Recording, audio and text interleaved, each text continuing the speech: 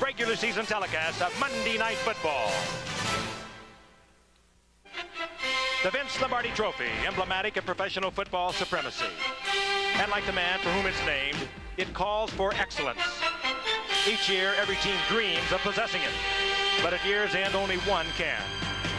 Right now, that Super Bowl trophy is in the hands of the Washington Redskins. And Williams going deep. Sanders. Smith wide open. 40, 30. And with that performance, MVP quarterback Doug Williams secured the starting position this year. But the champions did not stand pat in their quest to repeat. George Rogers was released in favor of Timmy Smith.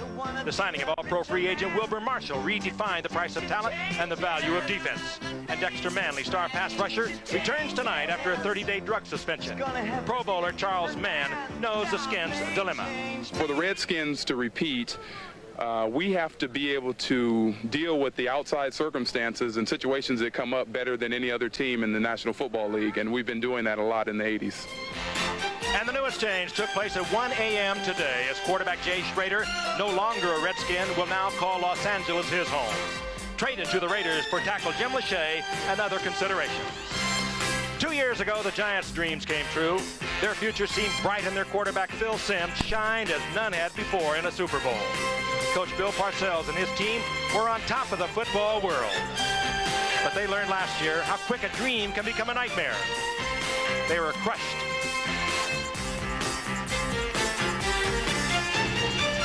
They were burned. They were beaten in every way. Now, as Bill Parcells enters this season, he hopes to recapture the glory of 2 seasons ago. But there are problems. At linebacker, All-Pro Carl Banks, the last of 3 holdouts to return, is not yet in top form. And, of course, the great Lawrence Taylor will not be in action tonight. His drug suspension clouding the Giants' efforts for a comeback. It's a great showdown with compelling questions. Many will be answered tonight.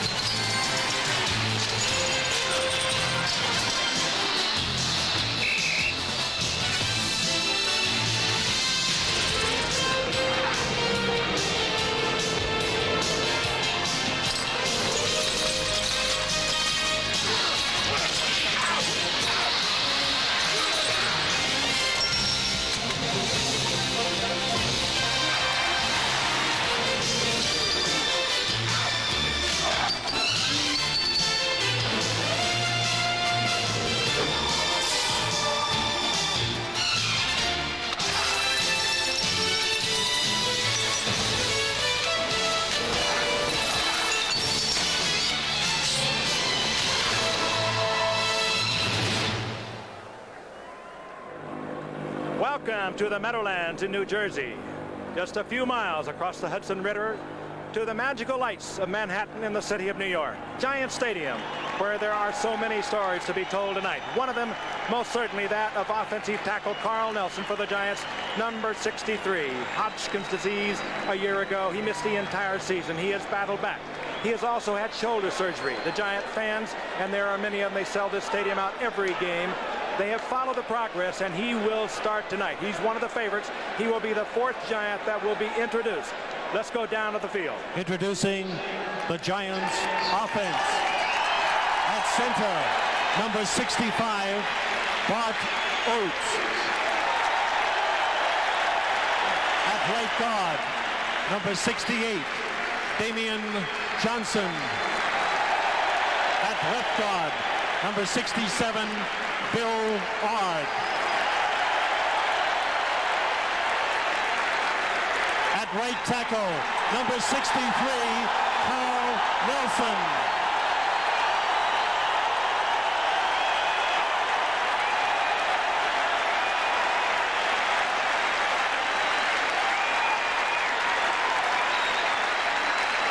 At left tackle. It's a wonderfully human story.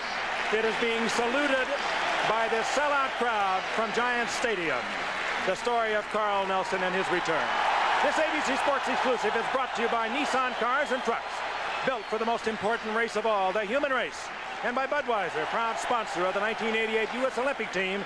This Bud's for you. By AT&T, the right choice. And by Reeboks. Reeboks let you be you.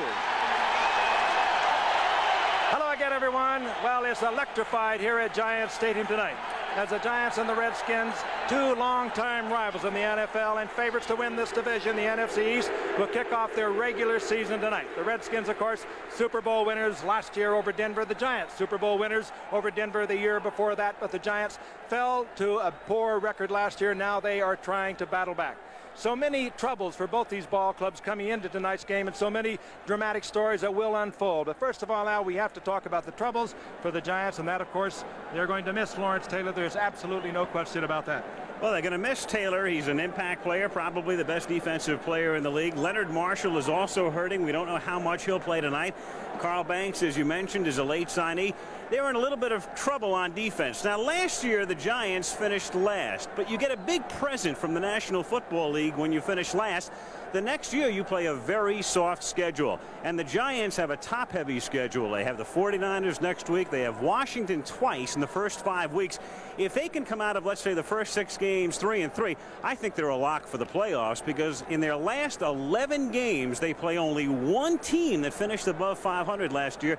That would be New Orleans, and they played Detroit twice and Atlanta. So if the Giants win tonight, they're a viable Super Bowl contender. If they lose, it's really not that much of a problem as long as they look half decent.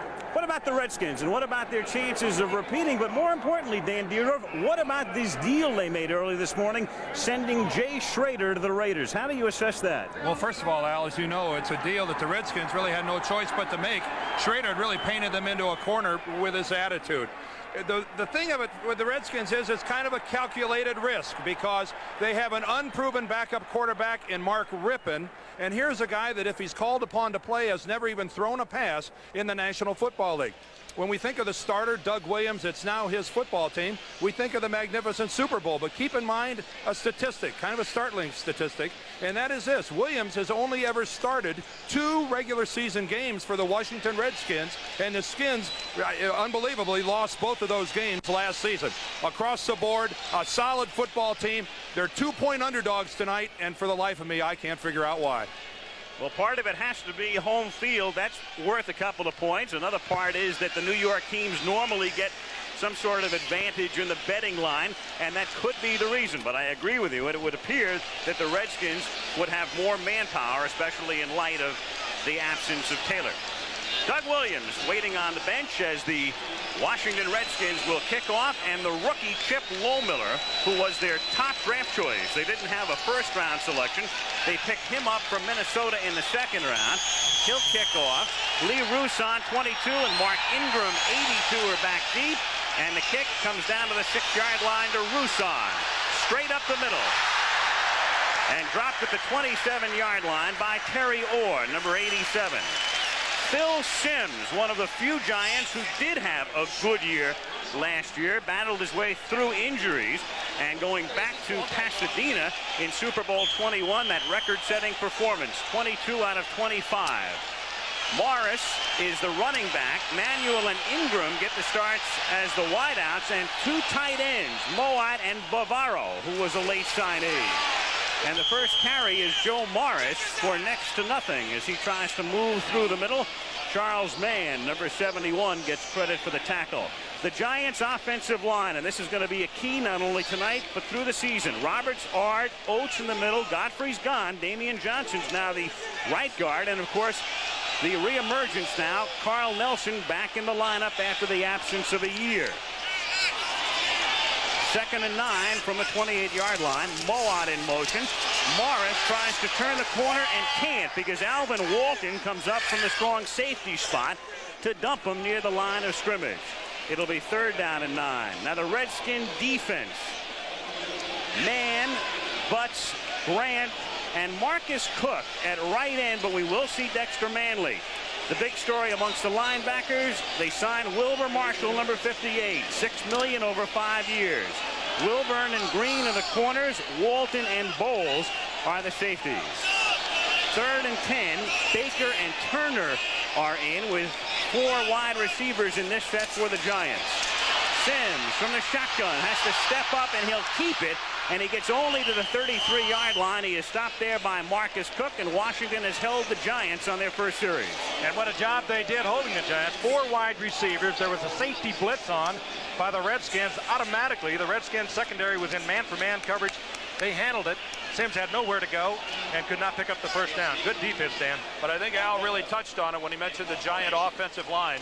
If they're not able to give Phil Sims time tonight, and they're kind of a makeshift group right now, haven't had a great deal of time together, I think the Giants are going to be hard-pressed to move the ball effectively. John Landetto, who signed late after a contract dispute and has been bothered by a bad back, has the punt fielded at the 30 and run back by Mike Oliphant, and he's a story we'll get into later on. Back to the 37-yard line. Mark Collins makes the tackle. 37-yard kick, 7-yard run back. And Doug Williams, we talked about Marshall's contract. Williams has a new one as well for 3 years. His numbers in that spectacular performance, most of that yardage, of course, came in that second quarter, along with all of the touchdown passes.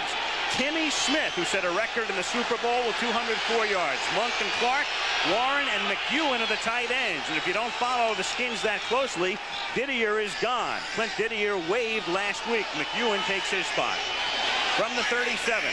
Clark and Monk are both split to the right on first down, and the Skins send it to Clark incomplete as they go to the air on the first play. 2nd down and 10. The offensive line for Washington, and of course Lachey will join them. It's already a very strong unit, and Dan will discuss how Lachey figures to fit into that as we move along. Jacoby, the huge one, number 66 at 6'7", 305.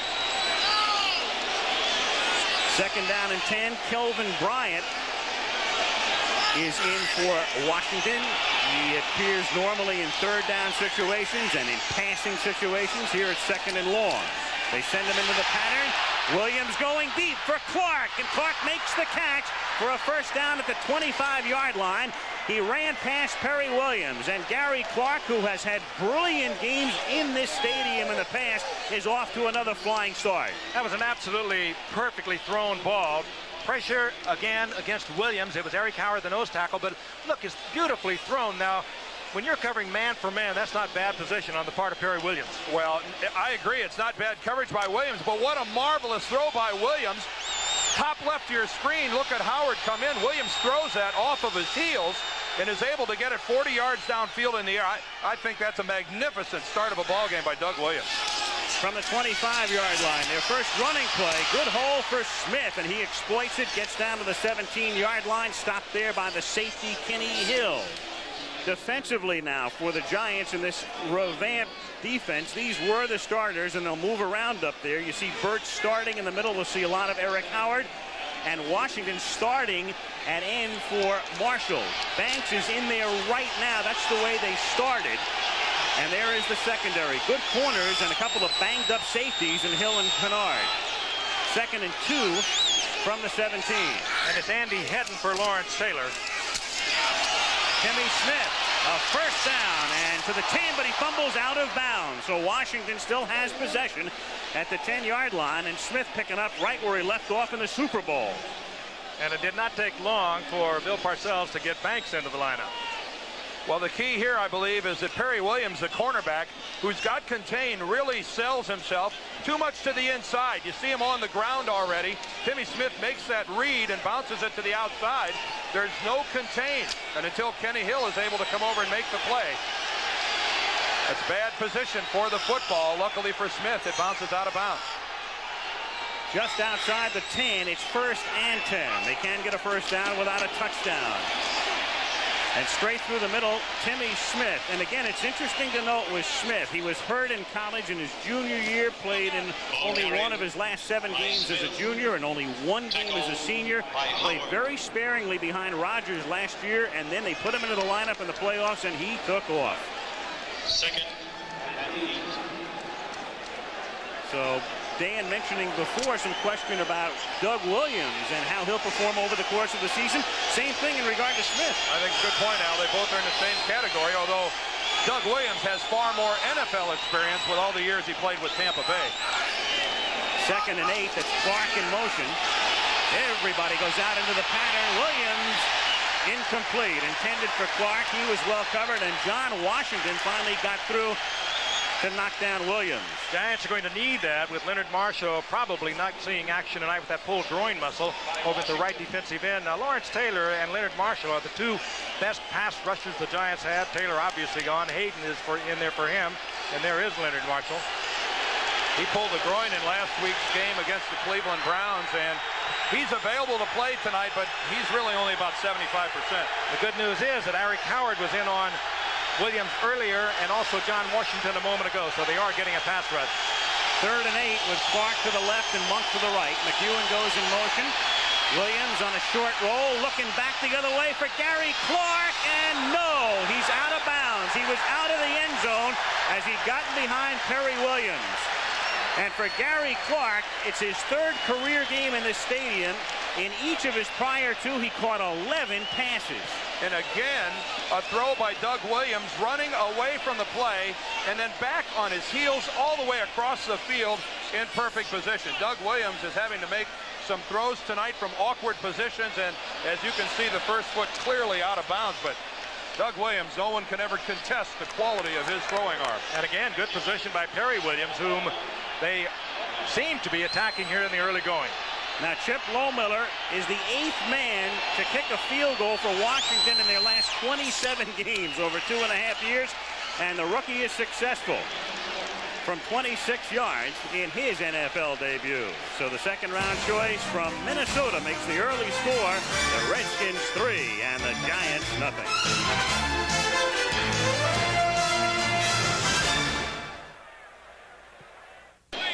Opening night at the Meadowlands.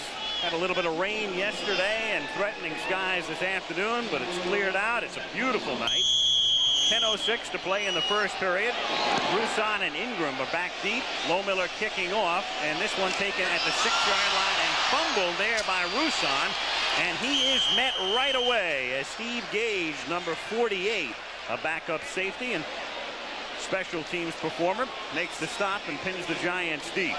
3-0 Washington, and the Giants last year losing their opening game, so they became one of the 5 of the last 7 Super Bowl champions to lose the opening game the next year, and more importantly, 4 of the last 8 Super Bowl champions haven't even reached the playoffs. Parody. Extreme.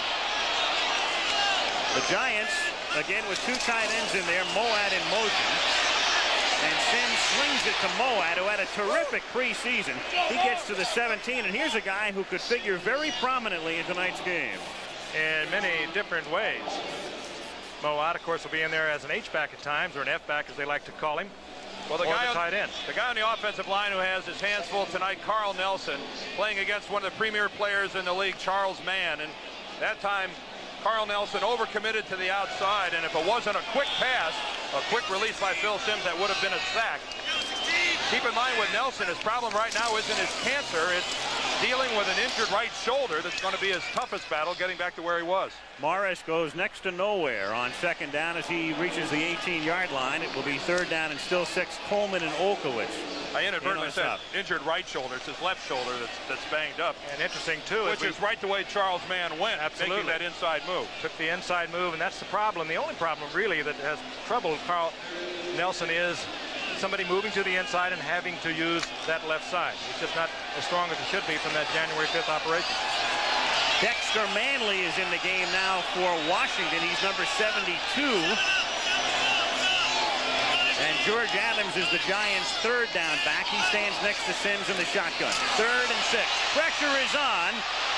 And Sims has to get rid of it, and that's grounding as the flag goes down. Marcus Cook came flying through, and Sims, instead of eating it, tried to throw it away. And no, sir, says Dick Jorgensen. Well, the Giants blow it on their offensive line because Marcus Cook, number 74, isn't even touched. Marcus Cook is to the right side here of Carl Nelson. For some reason, he picks up the blitzing linebacker, and Cook is all alone. But then coming off late, Charles Mann. There goes Sims to the ground. They bring out Landeta, and as they mark it off, bringing up the 4th down, but Landeta has got to be worrying Parcells with that poor first kick of his. He has had a bad back ever since he reported late, and he could be in a lot of trouble. That was a really poor kick, that first one. Jorgensen still discussing it. Now the call. The call is intentional grounding. Number 11, offense, 10 yards, and loss of down. It's 4th down. Keep in mind the rule on the intentional grounding.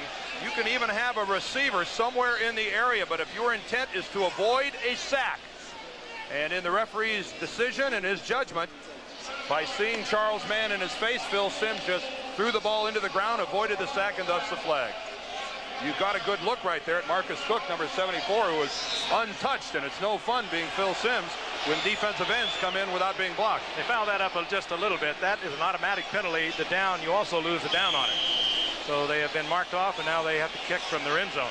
Landeta, whose first kick was only 37, 6 under last year's average. And this one is not a thing of beauty either, as it bounds out of bounds at the 37-yard line. A poor kick and a flag is down back at the 10-yard line.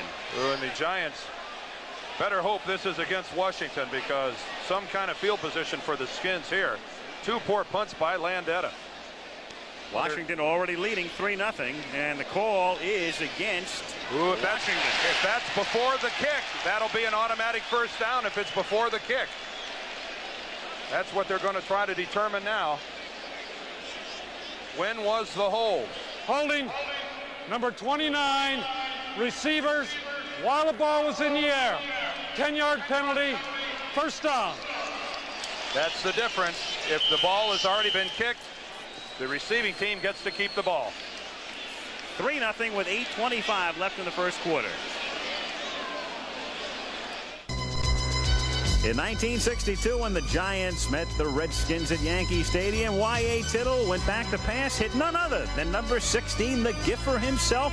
It was Tittle's 6th touchdown pass of the day, and he'd go on to throw a 7th to Joe Walton, tying an NFL record. 7 touchdown passes in one game for Y.A. Tittle. And back live on first down, Timmy Smith for the Redskins as they start from near midfield, and his run taking the ball down to the 26-yard line as the Redskins are moving again. And we can't let that last flashback go, Frank, without asking you if there was a mix-up in the secondary on that touchdown pass. No, I'm just happy that thing was in color. Keep dragging on my black and whites, but Dan, I'll tell you, they're moving the ball on the ground a lot better than I think the Giants anticipated it would be able to do. The Giants are not more concerned about their pass rush, but they're getting beat on the ground. I'm trying to figure out if that's the Giants defense or if that's the Denver Bronco defense, because the last regular season game we did was a Super Bowl, and they're looking much like the same team. 21-yard gain for Smith on the end around. Oh, look out. Has blocking inside the 20 and tripped up at the 15-yard line, and he has a first down. So the Skins are knocking on the door again. Mark Collins makes the tackle with 8 minutes to play in the quarter. Art Monk really didn't get as many yards as he wanted here. Watch him right here. Just the old simple play right through the backfield and around the corner. He makes a decision here to come back to the inside rather than maybe test the sidelines. Sure looked like a lot of open territory. The handoff there from Williams. And it really looks like clear sailing with Donnie Warren out front, but rather than take the sidelines, I think Monk made a mistake and came back to the middle of the field. He used to be a running back at Syracuse. He might have scored if he stays on the sidelines.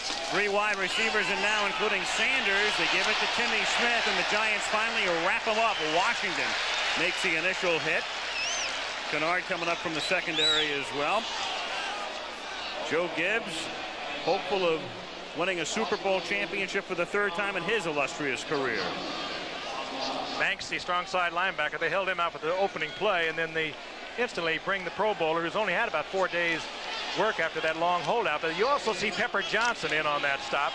This is what Parcells is counting on from the middle of that line. He probably will be the one who inherits eventually that job of Harry Carson's. Good against the run, Pepper Johnson. 2nd and 10. McEwen goes in motion. They have 3 wide receivers in there. Williams stumbles as he goes back, throws, caught at the 8 by Craig McEwen. He was a replacement player last year. He was in camp, cut. During the strike, he came back. Then they kept him, and he's the man taking Clint Didier's spot. Pepper Johnson makes the tackle along with Carl Banks. He really earned that job when the replacement game that we did, Al, when you were doing the World Series. He had 7 receptions that night against the Dallas Cowboys, and I think 5 of them were on 3rd down. The Redskins just feel that McEwen a little more versatile than Clint Didier and a little more speed once he's got the ball, and that's what really prompted the decision to let Didier go and go with McEwen. On 3rd and 3, they send Clark in motion and bring him back the other way. Williams throwing incomplete, nearly picked off out of Bryant's hands and in and out of Kennard's hands as well. Well, Kelvin Bryant was really wide open on that play and dug through the ball a little bit too far back to the inside of the field. Kelvin really did a heck of a job just getting his hands on the football. Let's see if we can pick it up here. The ball's going to be too much back to the inside. Bryant's going to have to dive for it. You can see the effort he made and right through his hands, and Terry Kennard almost got a lucky interception. We saw Hedden, number 54, perhaps forcing that errant pass by Williams, but in any event, the Giants are getting off cheap once again. This has been a Redskins first quarter, and if they can get out of this with just 6 points, they're going to be fortunate. 25-yard field goal attempt by Lohmiller is good out of McEwen's hold. So the Redskins settle for 3 more. 5:57 to play in the first quarter. 6-0 Redskins.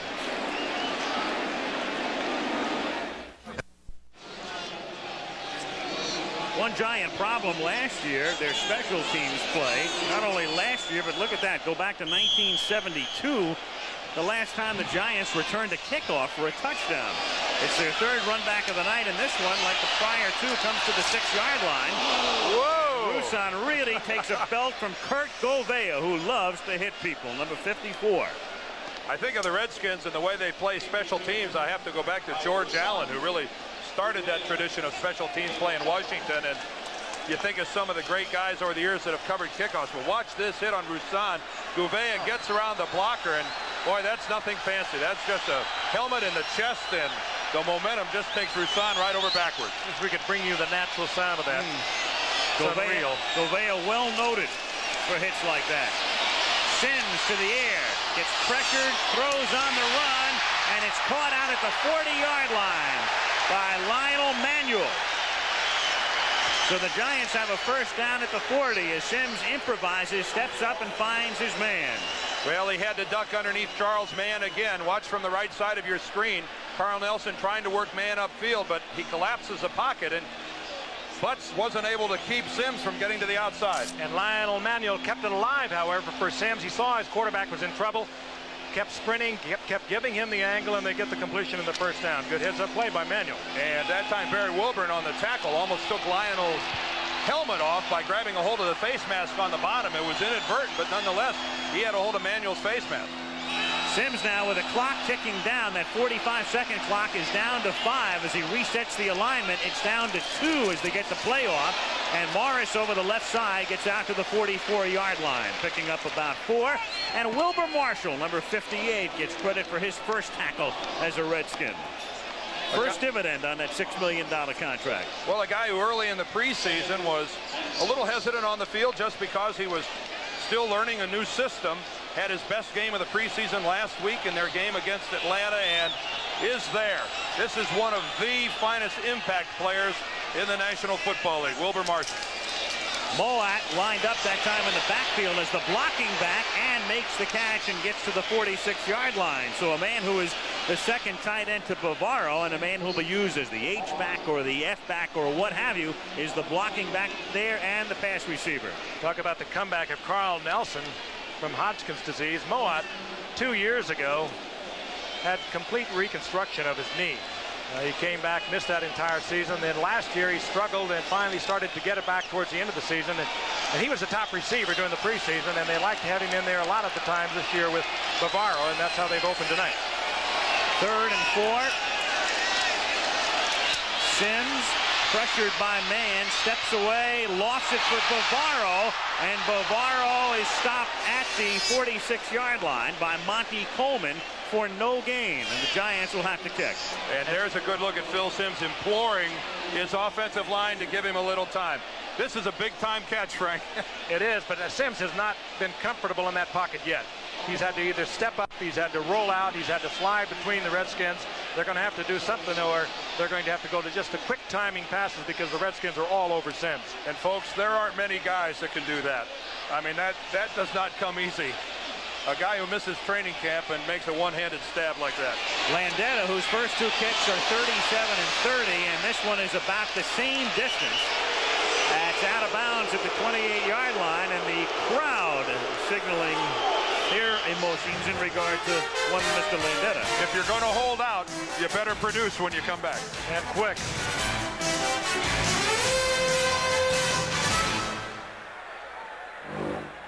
Week, the Dallas Cowboys head to Phoenix for the Cardinals' first season home game.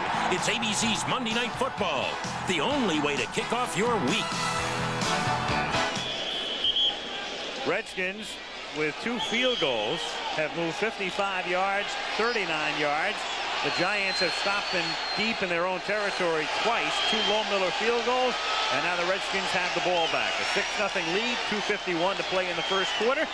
Washington starting from its own 28-yard line.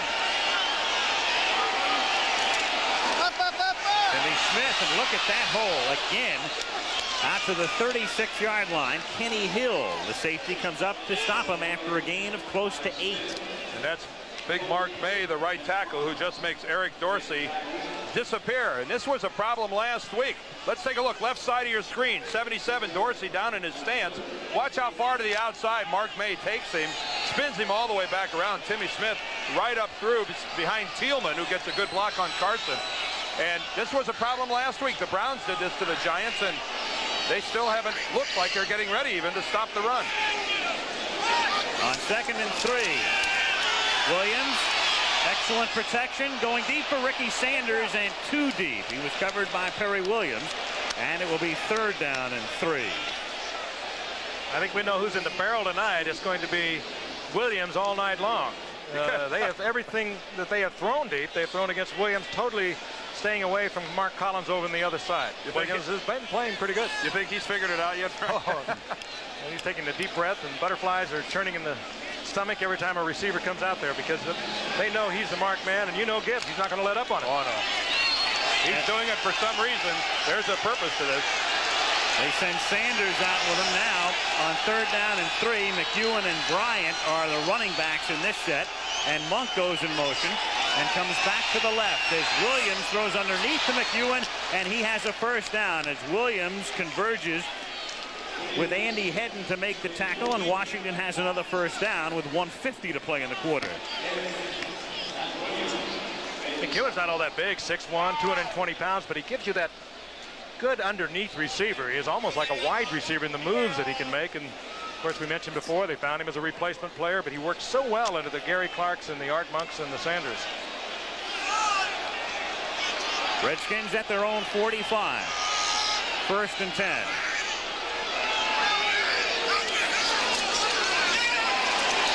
Play fake, great protection again. Going deep on Williams again for Sanders, incomplete. Would I lie to you? He's covering well, though, but they keep coming back to it.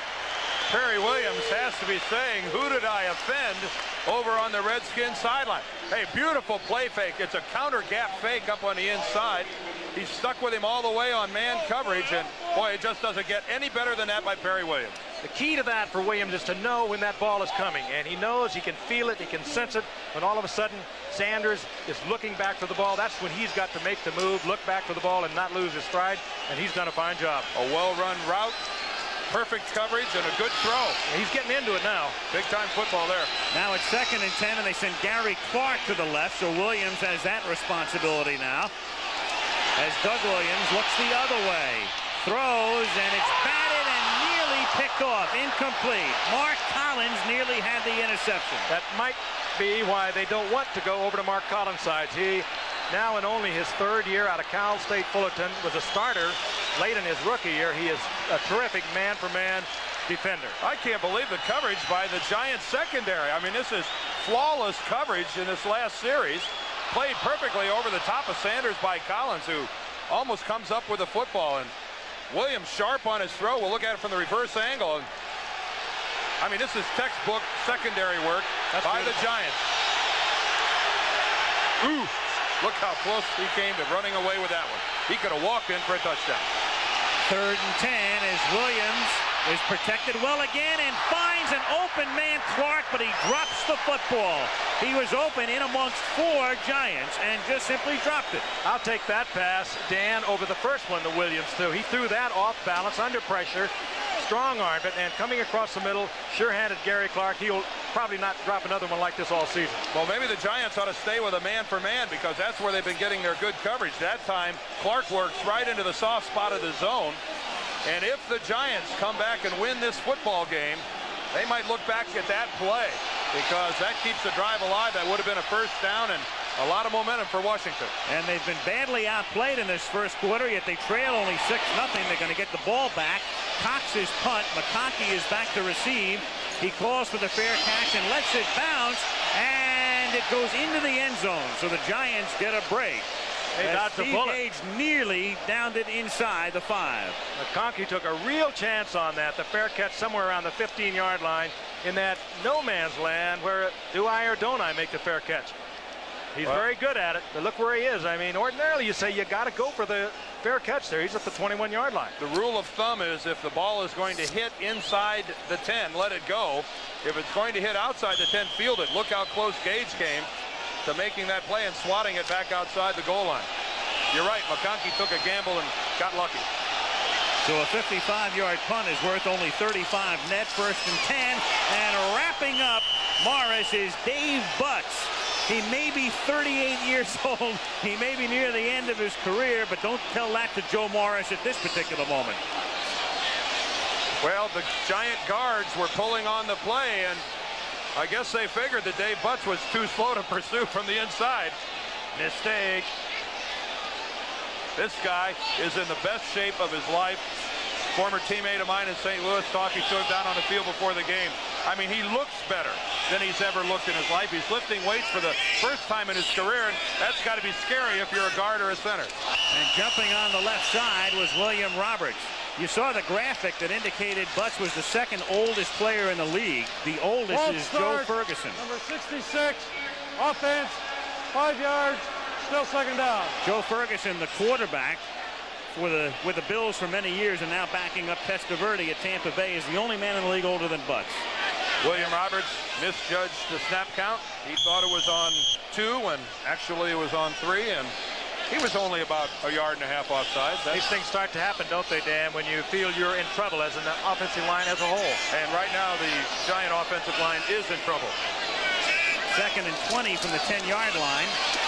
Sims in the waning seconds of the quarter hits Bavaro, and on a play that will end the first quarter, Bavaro is stopped at the 17. And the second quarter will begin with a 3rd and about 13. Good news for Bill Parcells. Carl Nelson finally blocked Charles Mann. Good protection that time by the whole Giant line. End of the first quarter, 6-0 Redskins will return to Giant Stadium after this message and a word from your local station.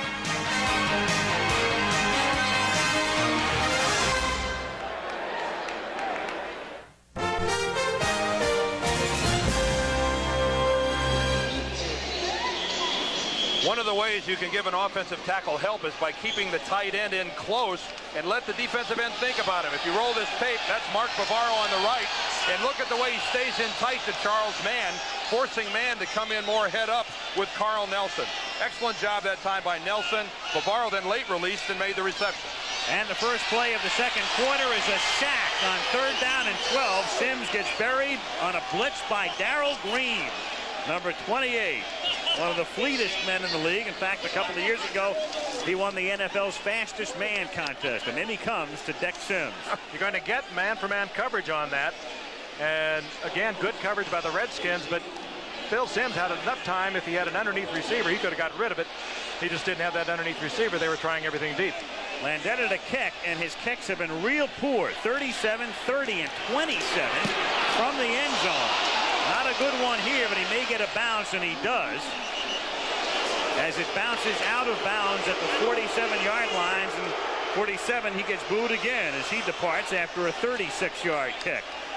Second quarter, this ABC Sports exclusive is being brought to you by Nissan Cars and Trucks, built for the most important race of all, the human race. I don't know who the backup punter is. Maybe we ought to check it out. Right now, I think Bill Parcells is maybe even thinking about it. Sean Landata coming in with the bad back, and he obviously just can't hit it. Next week, first ever regular season game in Arizona will be at Sun Devil Stadium as the Dallas Cowboys meet the Phoenix Cardinals again an hour earlier than normal. 8 o'clock Eastern, 5 Pacific next Monday. Williams again protected well and hits Timmy Smith. And what a difference the way the Redskins are not only protecting Williams but opening the holes for Timmy Smith, and the job the Giants are doing on the other side tonight. Well, the one thing about it here, if I'm a member of the New York Giant defensive team, I've got to be looking over my offensive squad and say, hey, you guys are killing us. You got to do something. And look at the stats. They bear that out. 35 yards total offense for the Giants and only 5 yards of it on the ground. This entire game so far has been the Washington offense against New York's defense. Here is Smith inside the 40, and he's close to a first down. The Giants knew they had to restructure and revamp their offensive line, and they spent their first 2 draft choices on big tackles. Eric Moore is one of them. And Big John and Elliott is the other, but neither is ready to assume a starting role. Elliott is a backup. Moore is in a backup capacity. Moore's not even active for this game, and a number 1 and a number 2, at least early, you would hope you'd get a little more production than that, but it takes a while to break in the offensive line in this league. It's not easy. Bill Belichick, the defensive coordinator for the Giants, they're doing their part. They've got this thing held to 6 points when the Giants offense has done nothing. And I think what Dan touched on, Al, is true. It is so difficult to finesse the sophistication that is so often lost on pro football fans, is the fact that it just takes a while to get that down in the offensive line. It's thinking all the time. They change things at the line of scrimmage instantly. A lot of people are not aware of that, but they really got to be on top of it. It takes a while to do it. Third down and inches. Well, the Redskins have been doing it because they've been playing together for quite some time as they bring back just about a Super Bowl squad intact with a couple of minor changes. Timmy Smith to the 35. He has the first down. And interestingly here too, Dan, is the fact that not only do the Redskins have a very potent offensive line, but again, let's go back to the top of the show. The Schrader trade, they're going to get another great lineman, Jim Lachey. And a great lineman indeed. Lachey's, he might be one of the top 10 linemen in the league right now, and as young as he is, he's going to be playing for the Redskins for years. And what Joe Bugle, the offensive line coach, now has to try to figure out, where are they going to play him? There aren't many holes on that line. Certainly the exception to the rule of what we were just talking about a moment ago. He came in with Pro Bowl material right away. There aren't many holes, but they sure open a few. On first down, Timmy Smith takes it to the 33-yard line. So he has been the workhorse tonight. Again, George Rogers for many years in that role. The Redskins releasing Rogers, and it looked as if George might sign on with Denver, but when they traded Dorsett, that ended their interest in him. Seattle had some interest in George, but right now he's home. Now second long yardage, and you got to know that number 23 on the Giants, Perry Williams, is thinking, well, they're sending Gary Sanders out in front of me once more.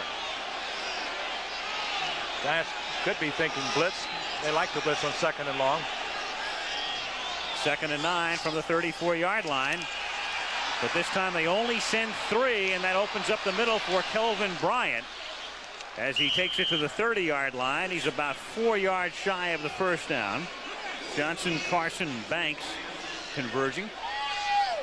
Just seems like the Redskins, with their diversity of formations and motion, and yet relatively a basic offense with all the movement that takes place, that's nothing more than a back Kelvin Bryant just releasing out of the backfield and making 4 or 5 yards. But because of the size of their offensive people, their tight ends, their line, they just come at you and wave. And a 4-yard gain is a 4-yard gain, but it also exacts some punishment out of a defensive team that always shows up in the second half when you're playing the Redskins. 3rd and a long 3 from the 29. Williams, and open down the far side is Sanders for the touchdown. Ricky Sanders, another of the record setters in the Super Bowl when he caught 9, including an 80-yarder, and Washington makes it 12-0 on a 29-yard pass from Williams to Sanders. Perry Williams, again, appeared to be the victim, although it looked as though a 4-year veteran would know when he's going to get help on the inside. Here it looked they like are. He wanted help from the inside and didn't get it. Here they are at the top of the screen. Watch Williams come here, and then he makes a move to the inside, allowing Sanders to have a free run at the end zone. Let's take a look at it there at the top of the screen. He makes his move to the inside, and for some reason is just oblivious to the fact that Sanders is on the sideline. And for some reason, I don't know what it is, Perry Williams was thinking one thing and really not paying attention to the man he'd given an outside release to. I don't know if he was expecting help from Kennard or Hill, one of the safeties, but you don't get help to the outside. You don't get help to the sideline. You know, you made the point before, Dan, Washington is pretty much a basic team. They run that counter gap so much, and you don't think of them as being a big play team.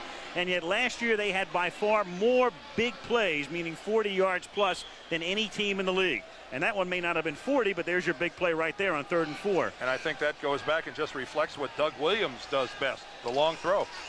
Lohmiller on the extra point, which is spotted at the 15, and this place has become pretty silent because it's been all Washington. Again, this was not the intended receiver for Williams. He looked downfield, and it shows the vision he has, the peripheral vision. He picked up instantly when the receiver came open. Easy touchdown for the Skins.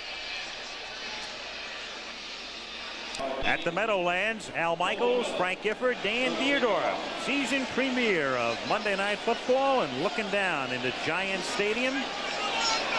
And up now at the Goodyear Blimp. Hovering high above on a beautiful night, weather-wise, not too beautiful for Giants fans. 13-0 line drive kick. Roussan from the 8 comes back out to the 29-yard line. Stopped by, among others, Jamie Morris. There he is, number 22, Jamie Morris of the Washington Redskins, as Roussan trots off. Jamie Morris is the brother of the Giants' Joe, who's having his problems tonight. There's Jamie out of Michigan. What did their mother and father finally decide to do in tonight's game? They were at one time going to sit on either side of Giants Stadium here and switch at halftime. Joe's stats in the championship game. We'll call that back up in a second and digest it as Moat gets it out to the 34-yard line. There it is.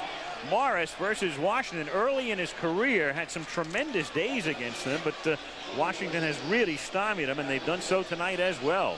And not just Joe Morris. I don't know that there's a tougher team in the league, and these might be the 2 toughest teams in the league to run the football against, but the Redskins always come to mind when I think of teams that are difficult to run against. They're so big up front. 2nd down 5 from the 35-yard line. Sims protected well that time and complete to Mark Ingram. And he's a man they are hoping can really develop this year. The #1 pick out of Michigan State last year. He caught just 2 balls in 1987. Starting tonight, makes his first reception of the game here. He was a holdout for a long time last year, Dan, then gained a lot of weight, and he ran a good pattern here. Watch this move he puts on Darrell Green. Darrell Green is going to spin all the way around, and then Ingram across to the middle. Watch him put a 360 on Darrell Green, the all-world cornerback. Darrell Green completely turned around. That's some move by Mark Ingram against one of the best corners in the game. Green with enough speed to catch in on the play, but that was a nice move that time by Mark Ingram. On 1st down, here's Morris, and he's tripped up in the backfield by Wilbur Marshall, number 58. I think this is a key drive here for the Giants. They have shown nothing to this point. We are approaching the halfway mark of the 2nd quarter, and frankly, they're fortunate to be down only 13-0. Well, it's a 3-way game. You've got offense, defense, and special teams. And right now for the Giants, the only team that's playing anywhere close to average is their defensive team. Special teams with Landeta's putting has been awful, and offensively they just haven't done anything yet either. You're not going to win a football game against the world champions, only firing 1 out of 3 cylinders.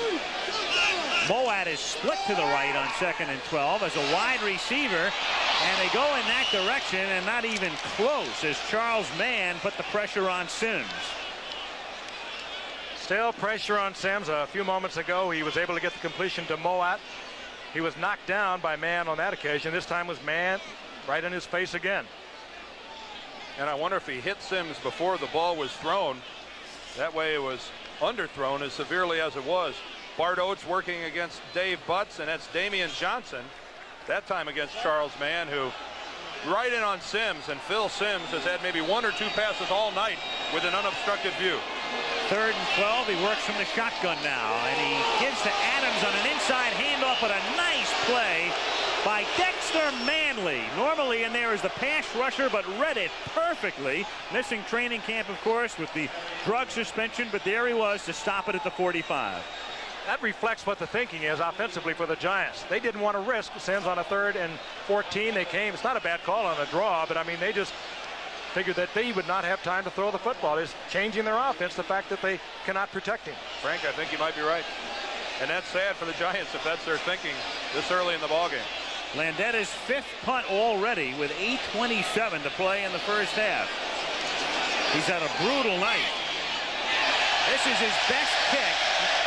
An ovation. Not much height, but at least he got the distance, and then of all things, it dies at the 1. That'll show you guys. I can kick. 53 yards for Landetta to a standing ovation.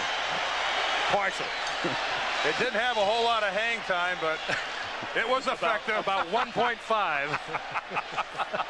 At the 1-yard line. So Sean Landetta saved at least until next time. And Ohio State or Southern California Stanford. That night, Nebraska and UCLA. College football premiere Saturday on ABC Sports. Good college football coming up. They're going to be working out there. This Saturday, I'll be doing the SC Stanford game. USC looked pretty good against Boston College. Real got good. themselves a quarterback. Yeah. Ooh. Rodney Peete. Wearing a great number. Yeah. I knew you were going to say that. Washington pinned deep. Skins at their own 1-yard line to start this drive. And Timmy Smith tries to give them some room and only gets a yard. He's wrapped up by Eric Dorsey, number 77. It'll be 2nd and 9 with 8 minutes to play in the half, and Washington leading 13-0. This is where a first down or a lack thereof is critical to the guys in the blue jersey. If they can force the Redskins to punt from their own end zone, hopefully maybe their offense will get a little momentum underway, but right now it's on the shoulders of the Giant defense. Man, this is where they miss Lawrence Taylor. He can make something happen down in a situation like this. They really miss him here. 2nd and 9. Williams, beautiful protection again. Throws to Smith. Lost the ball at the 9-yard line. It's loose.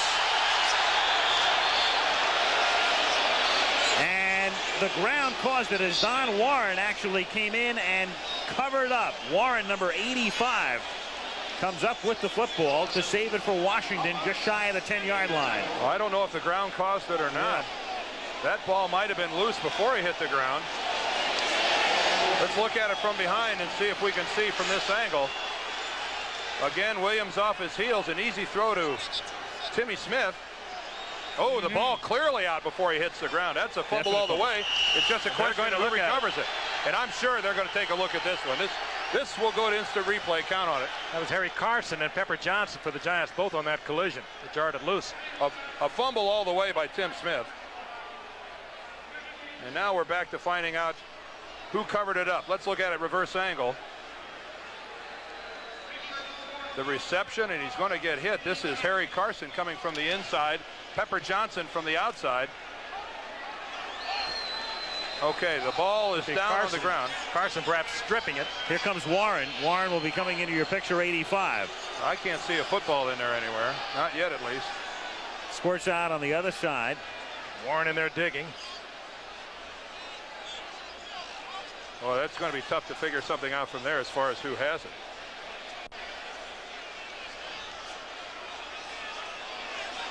I don't think I'd want to be up there right now.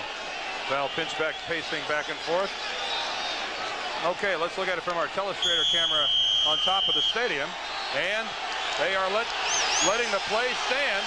The Redskins are going to go ahead and run a play. Well, it's recovered by Washington to begin with. 3rd down and 1 from the 10. So really there wouldn't have been a change of possession. McEwen can't make the catch. Williams wants a call for a late hit. He can't believe he doesn't get one. Big pressure by Banks. Giants needed that desperately. They sent their all-pro linebacker. He's only had 3 days of practice, and he was right in Williams' face. They're ruling that it was a fumble on the 2nd down play, and that it was recovered by the Redskins, and on third down, Williams under that pressure throws it short and to the outside, and this is what the Giants and their defensive team needed. No first down, and hopefully they'll get decent field position. If you're a Giants fan, that's what you're rooting for. And wouldn't it be odd if this game turned on a Landeta punt as he was able to pin them deep, and now we'll see if the Giants can get the ball back in decent shape. Cox with a bad kick. There's a marker down. It is down at the 35-yard line, but a flag is down. And Cox unhappy with a snap, and they've really been having problems with their snaps. Those flags where they fell usually indicates a receiver downfield early, and there it is. Yeah, that's the call. But with that bad kick, there's no way that New York is going to take that penalty. Downfield, number 59, offense, decline. First down. Mike Scully, the center, was down early. He snapped the football and then took off. Mike Scully is lined up in the center position. This is him right here, and watch him get the head start before the ball is kicked. Clearly downfield, a good 5 or 6 yards. He wasn't even close. Nice to be enthusiastic, but it helps to be smart at the same time. Well, let's see if the Giants can capitalize now as they take over at the Washington 35-yard line. Their deepest penetration. They've been unable to do anything offensively. They're down 13-0, and Sims leads them up. 1st and 10 at the 35. Morris behind him, and Manuel in motion.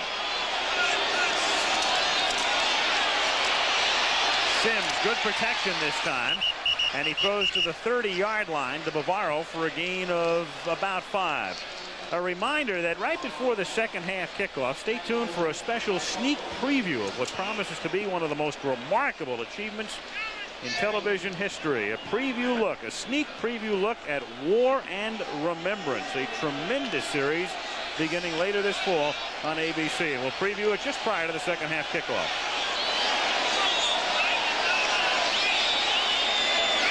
Second and 5 with the ball at the 30-yard line. Mowat in motion and now sets up in the slot on the left. Man gets upended. A flag is thrown. Bavaro makes the catch. Takes it to the 13-yard line. Coleman makes the stop. Man was sent head over heels as he charged in, and then the flag thrown on the other side. And it will be against the Giants. And you can read that on Parcells' face.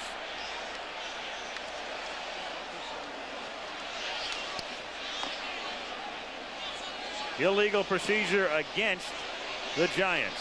No, they really have not had a lot of time to work with this formation. Bavaro just coming back literally about 10 days ago. Illegal formation, number 84, offense. Went in motion, sat on the line of scrimmage, was outflanked by an eligible receiver. Still second down. Here's what it is right here. Here's Zeke Mowat.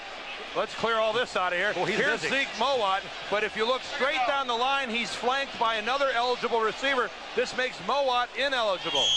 And he went downfield on the play, or rather he came back to block, but still he's lined up in an ineligible position. When you wear a number 84, you can't do that.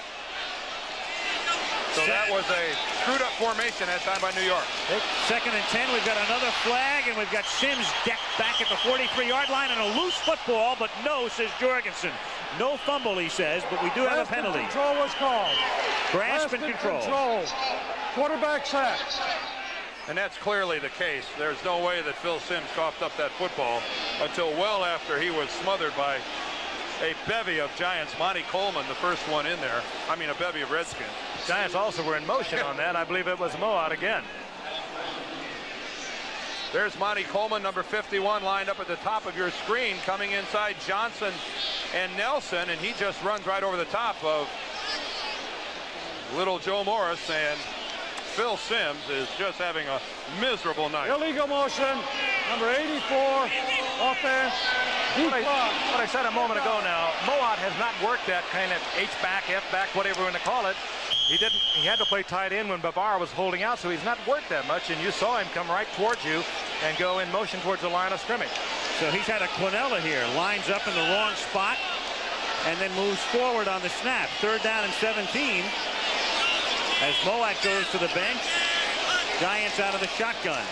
Skins send 4, but protect Sims well, and it's caught by Ingram, and Ingram should have moved forward. He didn't know where he was, and he kept moving forward. He would have had the first down. Instead, he's about 3 yards shy of it. Had he not turned back, Walton and Davis make the tackle. Oh boy, that's the lack of not playing. I mean, Mark Ingram came from a good program, Michigan State. He knows better than that. He has not played much for the Giants. Again, Sims had protection. Ingram got open. All he had to do was put the head down. He's got the first down. Watch Damian Johnson. Watch him come back and pick off Charles Mann. Give Sims some extra time. Now he's got to get to the 25. Ingram has to get to the 25. Dance. He could have made it, and yet he stops on the 27 and gets bounced back. They're going to give him forward progress to the 26. But geez, it looked to me like he clearly could have made it to the 25 without a problem. No question. The Giants will call a timeout here, and it's a case of it's 3rd down and 17. So I guess your natural instincts are to say to yourself, hey, that's a long pass, long enough for a first down normally. I know right there you saw Ingram took a look at it. He knew he was going to get hit. He tried to get a lot of yardage out of it, but here's a first-round draft pick of a year ago that played so little and has been not in this kind of heat against the Washington Redskins, Monday Night Football, and he took it to the outside instead of putting that head down and getting the first. And the Giants are going to go for it. After taking a timeout, Parcells sends them up to the line. First, the 4th and 1 from the 26-yard line. The fake to Morris. Sims throws over the middle. Knocked away at the 13-yard line by Todd Bowles, who hits Mark Bavaro. Bowles, the free safety, hit him as the ball got there, and Washington takes over on downs. Oh, I think you got to have a little more of a play action fake on this. Hardly any by Phil Sims. They were reading pass all the way. It fooled nobody. Gutsy call, though. Look at the throw right to Bavaro, and look how well Bowles times it out. Not even challenging the main part of Bavaro's body, but going across the front of his body and putting his shoulder pad right on the football. And they were thinking pass, Bowles, Walton, all the way. 3 tight ends in there for Washington in this alignment as they button up and give it to Timmy Smith. And he's upended at the 27-yard line, and the marker is thrown. Another flag down, and Doug Williams picks it up and is going to hand it back. Against Washington for holding with 4:28 to play in the first half. Redskins on top 13-0. Good work by the cameraman. You saw him coming right at you. The big Joe Jacoby looks like a semi-truck coming around on that counter gapper. Holding, number 85, offense, 10 yards, still first down. Don Warren, the tight end, who lines up at the point of attack. He's going to be working against Carl Banks, and you can see the right hand. When you got it up on top like that, you have to work to get it out of the way. Both linemen come through, but that right hand is just a big flag. Officials from all over the field can see it, and that's going to draw the flag every time. Going to hold, get it down around the waist. Is that it, Dan? Well, if you get it up there, you better get it down in a hurry. That's right. Hold inside. Get that jersey where nobody can see. There is a technique to it. Bet your life there is. I almost made a boo-boo. First and 20. Deep drop, and then throwing at the feet of Timmy Smith was Williams. Smart play. Oh, and Hedden is really getting on Timmy Smith. Smart play. Oh. No chance of a completion. Right. Doug Williams just dumps it off. Hedden, I think, thought that Smith didn't catch the football because he was there, but Smith made a terrific play on it. And those of you that will say, well, wait a minute, isn't that intentional grounding? But intentional grounding has to be avoiding a sack. Williams isn't avoiding a sack there. He just throws it at his ankles to get rid of it and dispatch the down and start over again second and long. He doesn't care about stats, does he? Nope. Real smart play, because you don't want to complete that pass. It would be a 6-yard loss. 2nd and 20 from the 16-yard line. Draw. Bryant, and Kelvin escapes one tackle and then gets spun down by Mark Collins, who comes up from the corner at the 18-yard line. So the Skins with a 3rd and long as the Giants try to keep them deep in their own territory. 3:40 left in the half. We mentioned Williams and the fact he's so unselfish. Good graphic right there. As you can see, the interception rate is about the same, but there's the sack rate. Williams in his career, 3 per 100 pass plays.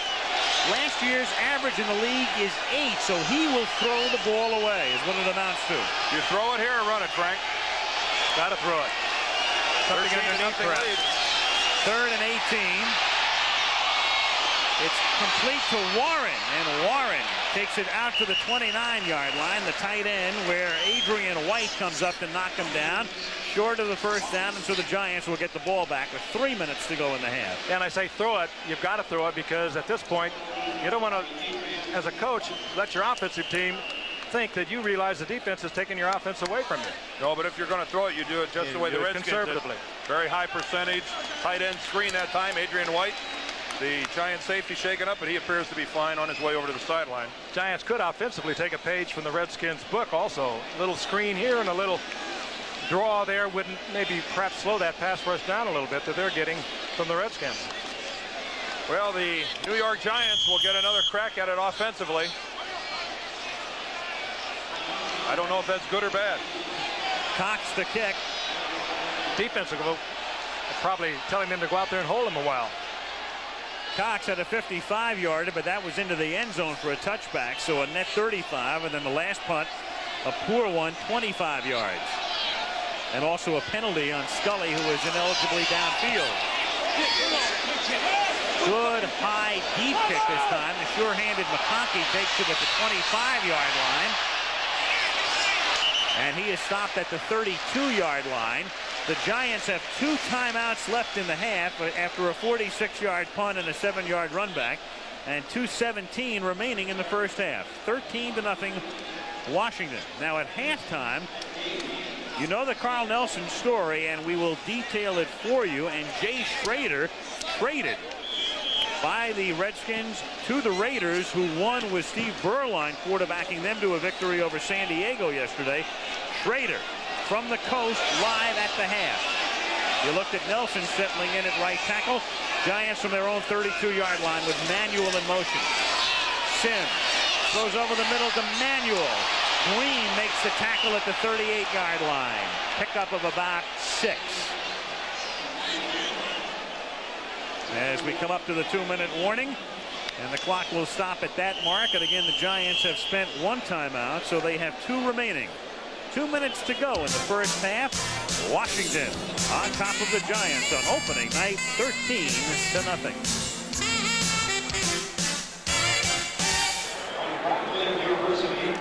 Dallas Cowboys go head-to-head with their division rivals, the Phoenix Cardinals, on ABC's Monday Night Football. The only way to kick off your week. We can tell who the yuppie is, the only one with the blazer on. Well, it's a local. That's right. You're getting up in years. You still need this coat on a 70-degree night. It's a shirt sleeve weather at the Meadowlands. But it's a night that's been a long one thus far for Giant fans, because they're trailing 13-0, and at the 38-yard line, 2 minutes to go in the half from the shotgun. Sims throws to Bavaro. He beat Coleman, and then Monty wrestles him down from behind at the 45-yard line. First down. Why would I want to throw to that guy every time? In a situation like this, you'd think that something miraculous would have to happen to keep it out of Bavaro's hands. He lines up slot right this time on first down. Sims to the left and incomplete. Intended that time for George Adams. It'll be 2nd and 10 with 1:38 and 2 timeouts left in the half. The Giants just having trouble sustaining offensively. They've had a couple good plays, a couple well-executed plays, but it's been very herky-jerky, and this guy knows it. There just hasn't been any continuity whatsoever. And what a plus it could be for New York if they could get some points on the board, even a field goal before halftime. Good deep man in now for the Giants, number 83, Odessa Turner. 2nd and 10, over the middle again to the 32-yard line, and that time it's Mark Ingram, the wide receiver, who found an open spot. And that's a first down, and the clock continues to tick down, 1:24 and moving. The Giants still with all 3 of their timeouts remaining. From the shotgun again, and over the middle, and that time almost picked off by Coleman, right in his hands. And Mark Bavaro was the intended receiver. He hadn't yet made his cut, and I don't know what was going on there. It appeared to be some sort of confusion. Mark was about 2 seconds behind the throw. Watch, by the time he makes his cut, the ball's by him. They were on different pages here. Bavaro pulled up and turned. He read the defense. He read it as a pull-up and hook. Sims read it as though he would continue. Right, as if he was going to keep moving across. And you can see Sims with his palms up saying, what's going on? 2nd down and 10 at the 31-yard line. Here comes the corner blitz. He steps up, throws for the corner, and it's caught at the 15-yard line by Manuel, who's taken down by Brian Davis, stopping the clock with 1:07. Bill Sims got the best of all worlds. He came out of the pocket and down an open receiver near the sideline, stops the clock, does not have to use the timeout, and he draws a flag. Lionel Manuel that time running the good route, but the key was Sims and his ability to move, bought some more time. As Redskins took a chance with the blitz and ended up with the play. Personal foul, number 58, defense, blow to the face after the ball was down. Half the distance, first down. Marshall whacked Bavaro well after the play. A good 10 seconds after the play.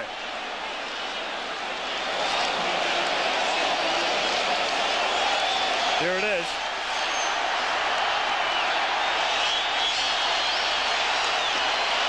And half the distance takes it down to the 7. First and goal. 1:07 left in the half. Sims, flag thrown. Man sacks him. We'll see about the flag. It's thrown at the 7. You got to give that one to the secondary of the Redskins, because that was good blocking up front. And this one looks like it's going to go against Washington again. That's good coverage, all right. Well, that's good for another first down. That'll be automatic. And half the distance. Good protection that time, though, by the offensive line. Number 58, defense, Wilbur. half the distance to the goal line, first down. Maybe that's why the protection is so good. Let's take a look at it. Well, Wilbur on the daily double, heading for the trifecta here. 2 penalties in a row on Wilbur Marshall. And the Giants in a hurry to get something in the end zone. 1:01 left in the half, and as Sims brings the Giants up to the line, he does not take the timeout. Washington took the timeout. The Redskins took the timeout. Well, you could see that coming. The Giants charged to the line of scrimmage and then split 2 receivers out to the one side. There's no way the Redskins were in a position to set up defensively that quickly, and that's a smart timeout by Joe Gibbs Ball Club. The recent history of this series has had the Giants getting out to early leads and the Redskins coming from behind to win. The Giants are hopeful of a reverse tonight, of course, down 13-0.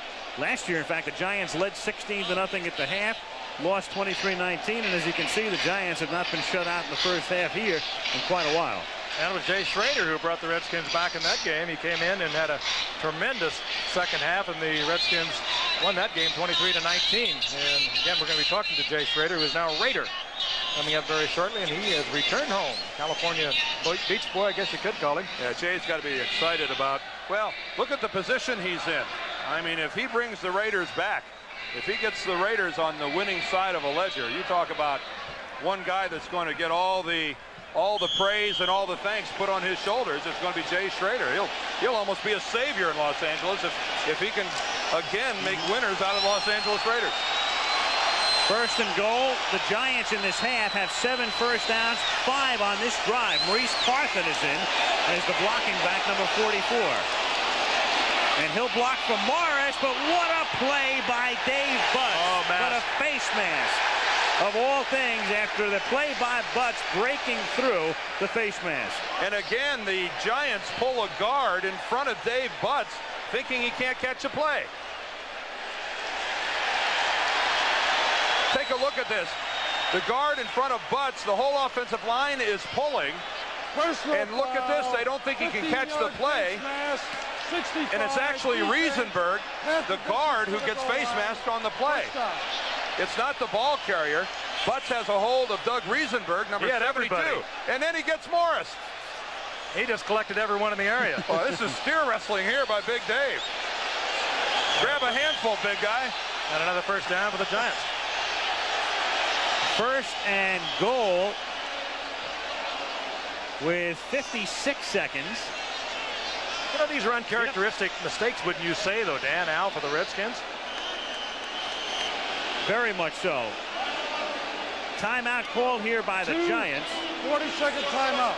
And they have one remaining. You know, the Redskins, you think of them as being pretty buttoned up and very disciplined, and they'll get the big play occasionally, but a team that is not penalty prone under that man, Joe Gibbs. Well, Wilbur Marshall doing it, and a 15-year veteran in Butts involved. Well, I'll say this. Now, Wilbur Marshall's penalty, he was holding a tight end trying to release off the line of scrimmage. Butts' penalties there were almost instinctive. I mean, I don't know that anyone, any defensive player, ever intentionally grabs the face mask of another player. And that time, Dave Butts, he just grabbed every face mask in sight. Get 2 for the price of 1. They only flag you for 1 of them. You know, that last play started at the 3.5. Washington gets penalized, and now the ball is back at the 5-yard line. It's almost as if they marched it off the wrong way. You know, Al, you would notice that. Well, it should be at the 1 3/4. Exactly right. Now, remember, the last play started at about the 3.5. Half the distance, and here's the ball sitting at the 5-yard line. Not that it really matters here. It's 1st and goal. They don't have to worry about running out of downs. The face mask took place at the 10-yard line, and they marched it off from the 10-yard line half the distance down to the 5. Right. And you would notice that. Well, I had the privilege of looking at a replay. And Sims nearly gets sacked, and in fact, he was in the grasp and control of Olkowitz, number 52. And Olkowitz timed that blitz beautifully. Neil Olkowitz. Take a look at Neil Olkowitz right here. Watch him make his move right up the middle. He times this beautifully. And there's no way that Phil Sims has a chance. Sneaks right behind Darrell Grant. That's Otis Anderson, or is that Zeke Mowat? That's Zeke Mowat coming in, trying to make the block, and just can't pull it off. And again, Mowat playing in a very unfamiliar position. 2nd and goal. Sims has it tipped away by Green, who goes high in the air to take it away from Manuel. Even if Manuel caught it, he would have been out of bounds at about the 9. It's 3rd and goal. All-pro throw, though, by Sims. He knew he couldn't complete it, but he also avoided the pickoff. Monty Coleman is out there. There comes the guy they were really afraid of, Darrell Green. What a play by Darrell Green. Times that one just as perfectly as could be. Goes up in the air and bats it away. Monty Coleman had a handful of jersey there for just the briefest of moments. 3rd and goal, 29 seconds. Giants have 1 timeout. Adams is in there, and the shotgun was Sims.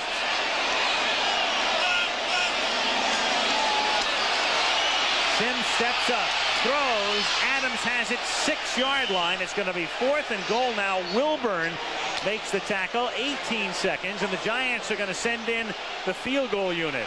Raul Alegre, who had a very spotty preseason, and in fact his job in a little bit of jeopardy. They looked at McFadden, the former Eagle, this week. The Giants better take a timeout, and they do. 5 seconds left in the half. Washington, number 3 for Giants, number 3 in this half, 40-second time. So Parcells sending in the field goal unit now. It'll be about a 23-yard attempt for Raul Alegre. You know, the Giants that time forced Sims into a bad situation. Look at the 3 receivers they have to this side of the field.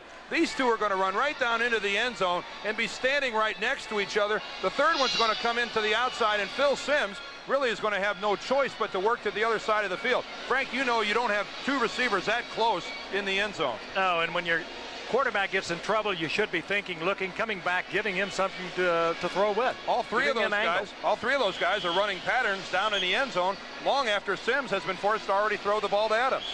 Giants have struggled over the past few years with wide receivers. They just have not been able to get production from wide receivers, usually relying on their tight end, and in most cases over the years, last couple of years, Mark Bavaro.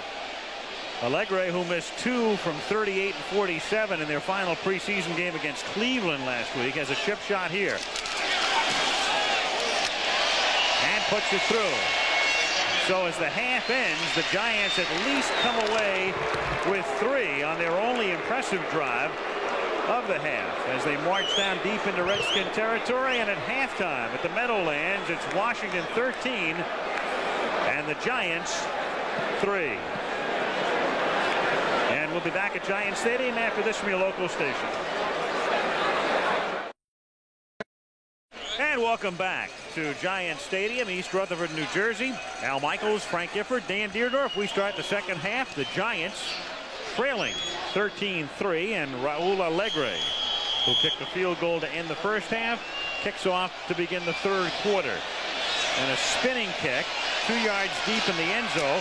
The rookie Mike Oliphant out of Puget Sound takes it out to the 24-yard line. An interesting case. Didn't play high school football, became a professional welder, enrolled in college at age 21, drafted by the Skins. And Doug Williams now to lead the Redskins 1st and 10 from the 24-yard line. And it ain't good when there's a minus in front of one of your numbers on your halftime stats. -3 yards rushing for the Giants. I think that better than anything else tells you what kind of a game it has been up front for the New York Giant offensive line and their entire offensive team. That's tough to win a football game with numbers like that. And Joe Morris is -11 for 7 carries. You know, it's tough to be in a football game with numbers like that, and somehow the Giants have done it. Only down by 10. Smith.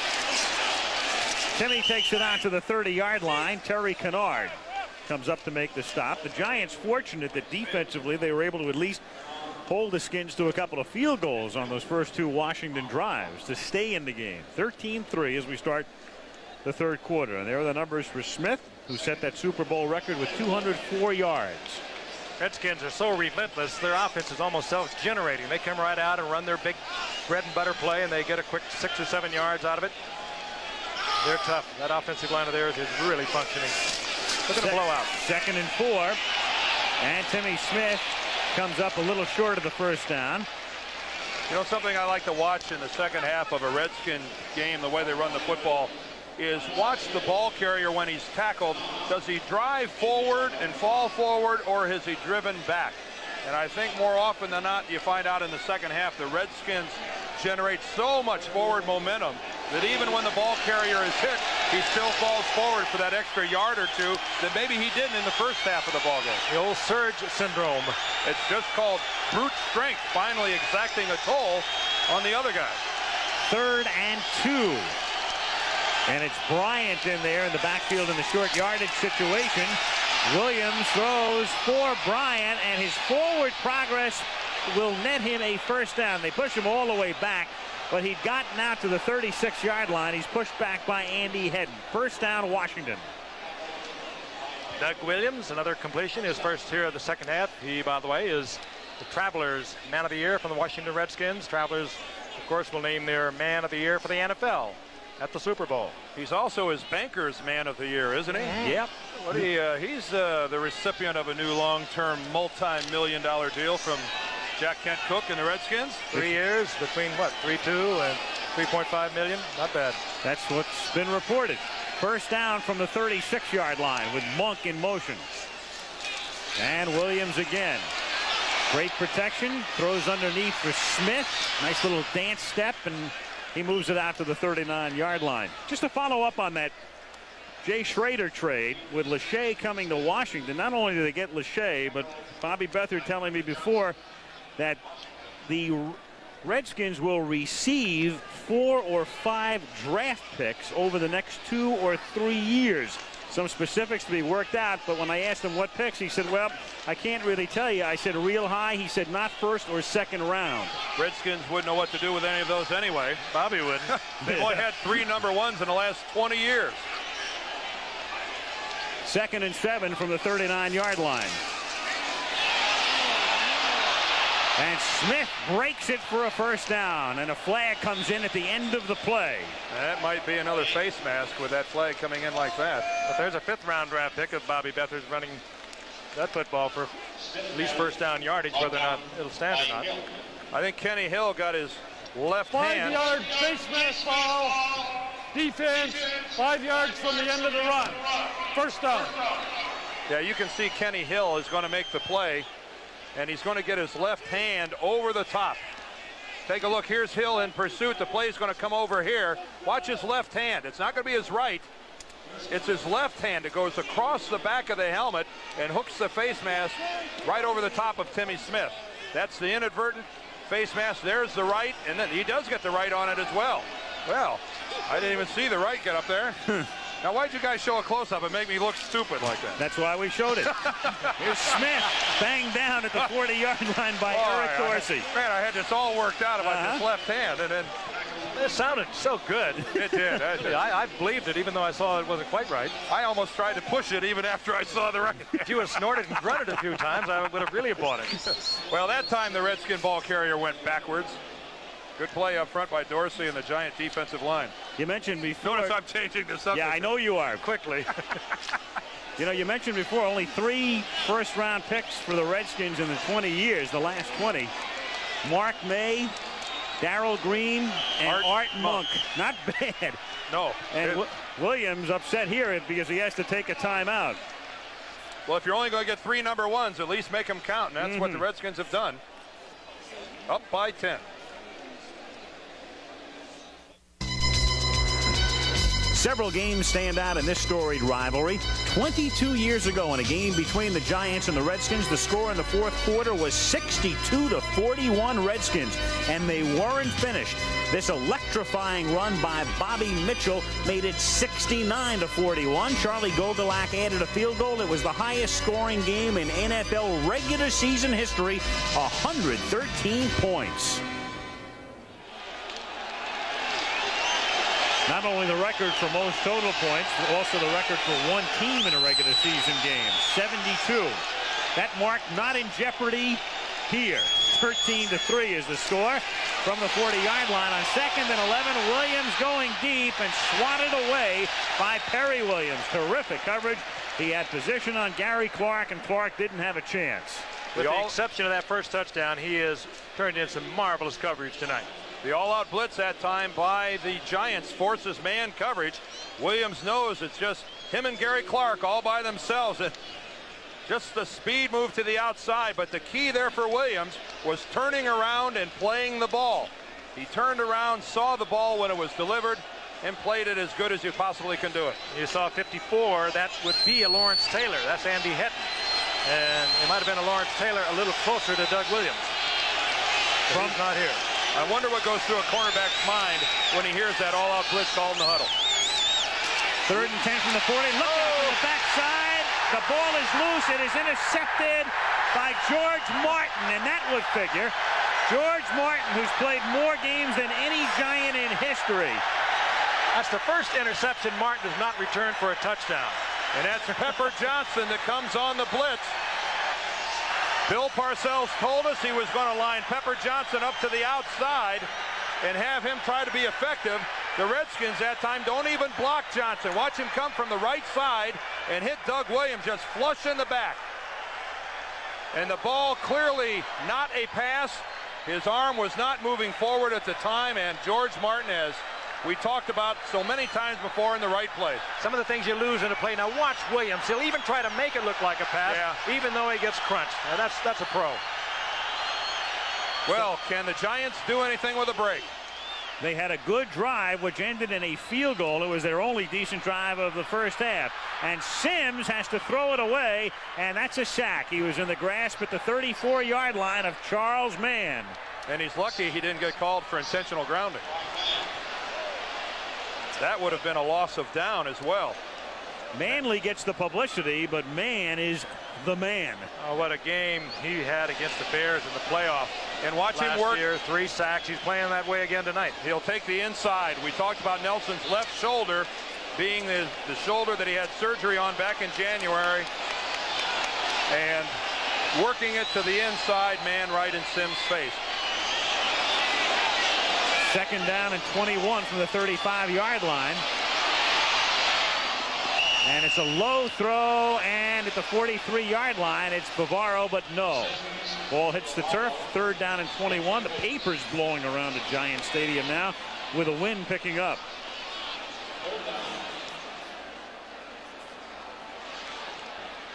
Giants coming up here with a 3rd and 21, and that's what's happened thus far. They have made none. They're 0 for 7. Well, the key there, 3rd and 4, was their best possibility of converting. A lot of long yardage situations in there. 2 12s and a 17. 3rd down, 21.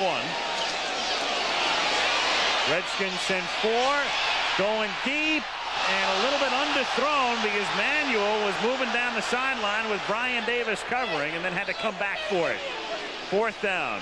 Good coverage by Brian Davis, who really pushed Barry Wilburn at the beginning of the season. Wilburn was a holdout, but there's Brian Davis, number 34, in his 2nd year out of Nebraska. He had good position on that. That would have been difficult for Sims to put that anywhere where he could have caught it.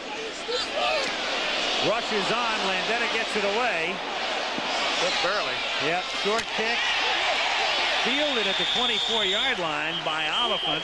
I think that was Odessa Turner, wasn't it? Oh, we heard him. Odessa Turner makes the stick. The splat. The Dallas Cowboys head to Phoenix for the Cardinals' first season home game. It's ABC's Monday Night Football, the only way to kick off your week. Doug Williams and the Redskins at their own 25-yard line. 10:05 left, 3rd quarter. Washington on top, 13-3. On opening night, a look there at Carl Banks again, a late signee. Practice this week, and he's seen a lot of action tonight. From the 25-yard line, 1st and 10. Smith. Now for the Giants, so much, of course, coming into this game made of Lawrence Taylor and that suspension. And the question now becomes, when will Taylor come back? And the Giants have been pretty adamant about the fact that it doesn't necessarily mean he'll be back in 4 weeks when it's over, Frank. It could be a lot longer than that. Well, I think it's pretty widely known around this area that Lawrence Taylor has not entered a rehabilitation facility at all. He's been playing a lot of golf, and I presume that he will. He'll have to get some kind of treatment. That's part of the NFL drug policy. But it has not transpired yet. 2nd and 4. Smith stopped for just about no gain. Further than that, the biggest question I've had asked me all along has been, is he going to be paid? And it comes to about $62,000 a game. The Giants have not stated yes or no. I can flat bet you he won't get paid for it. And I don't see why they just don't come right out and say that he's not going to be paid for it. I don't see why they call it a substance abuse. Why don't they call it drug abuse? This stuff is ruining this game of football. And it has to eventually start turning the public off, and something has to be done, even much more than being done today. 3rd and 4 from the 31.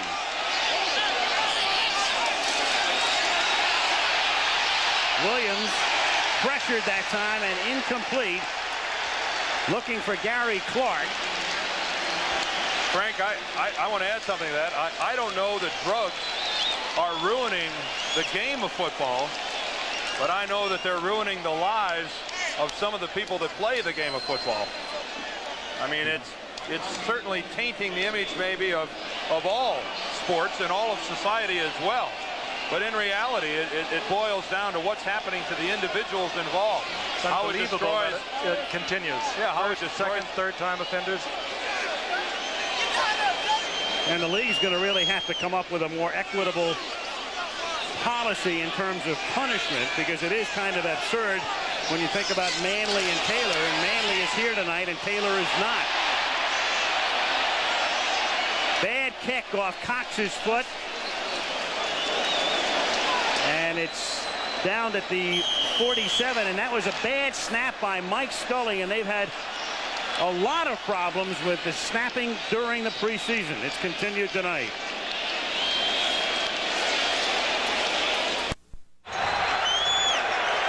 Dexter Manley has not been a real happy guy for the most part tonight. He wants to see more action. He has been in there sparingly as he paces the sideline. He's not in there now. First down from the 48-yard line as Phil Simms retreats and throws over the middle for Joe Morris for a gain of 5, and deep downfield a flag. And holding his arms outstretched is Bowles. Yeah, Todd Bowles, I don't know if he committed a foul or not, but he sure acted guilty. If it's not on you, Todd, don't give it the old who me. That's a surefire indication to everybody in the stands and on TV that it might be you. Don't say I didn't do it until they catch you. That's right. Find somebody to stand behind. Holding, number 40, defense, 5 yards, first down. See, there's a perfect example. It's on Alvin Walton. And yet Todd Bowles was the guy acting like it was on him. Bowles might have thought it was on him. He might have just dodged a bullet. And Jorgensen says, I've seen that movie before. Yeah.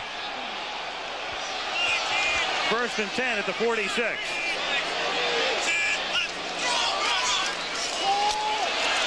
Sims off the fingertips of Bavaro, who had position on Walton. 2nd and 10. 8:05 to play, 3rd quarter. Redskins on top 13-3. Good looking play that time by the Giants. We saw single coverage on Mark Bavaro. That's because Wilbur Marshall, number 58, comes on the blitz, and this time he's ridden to the outside pretty effectively by William Roberts. Wilbur gets in there late. If Sims would have had to hold the ball for another second, Marshall would have made the play, but as it was, Roberts, the left tackle, was effective. 2nd and 10. Sims, and he finds Morris, and Morris breaks a couple of tackles and adds 10 more down to the 22-yard line. Those 10 additional yards were out of the frustration that I think Joe feels from the lack of finding any holes on the offensive running game, and he just puts his head down and he becomes the biggest man on the field right here. What was Dustin Hoffman's movie, Little Big Man? I think this is an excellent example right here. Look at the balance and the power and the low body lean, keeping those shoulders low to the ground. Richie Pettibone, the defensive coordinator of the Redskins, this is a situation, a place on the field where he loves to blitz. 1st and 10 from the 22. Not this time. And the pass is off the fingertips of Manuel. What a throw by Phil Sims. Was that beautiful, and what an angle our camera had. Phil Sims dead on stride to the sure-handedest receiver he has out there. He's working against Barry Wilburn, Lionel Manuel. Again, single coverage, and Wilburn beaten on the play. Ooh. Looks like Lionel just misjudged where the ball was going to come. Rather than hit in the center of his two hands, it glanced off the outside of his right hand. You know what you do? You come back and say, let's just do it all over again. Wilburn is being pressed for a starting spot by Brian Davis. 2nd and 10 from the 22. And again, it's Manuel working on Wilburn, but Sims looks the other way and into the end zone, knocked away, intended for Zeke Moab. At that time, the Giants wasted a good pickup of the blitz. A double blitz. Wilbur Marshall, Neil Olkowitz both came and were both handled effectively. And Bowles takes care of the defense in the secondary with 7:07 to go in the 3rd. Boy, and one of the guys up front is Joe Morris that makes the block on Olkowitz coming up the middle. Boy, you hate to squander an opportunity like that. Olkowitz comes out now that the Skins will go into their nickel situation. There's Joe Morris right there with the block. Thanks, guys. Good look at it up in the middle. Moat just timing off, went up a little early. Shotgun, 3rd and 10 from the 22. Sims, flag is thrown. He hits Ingram for a first down at the 7. A marker is down, and Manley is in a scrap back at the 35. Manley and William Roberts, the takedown. Damian Johnson is right there. A two-pointer. I think William Roberts was going to be the guy that was flagged for holding Dexter Manley to begin with.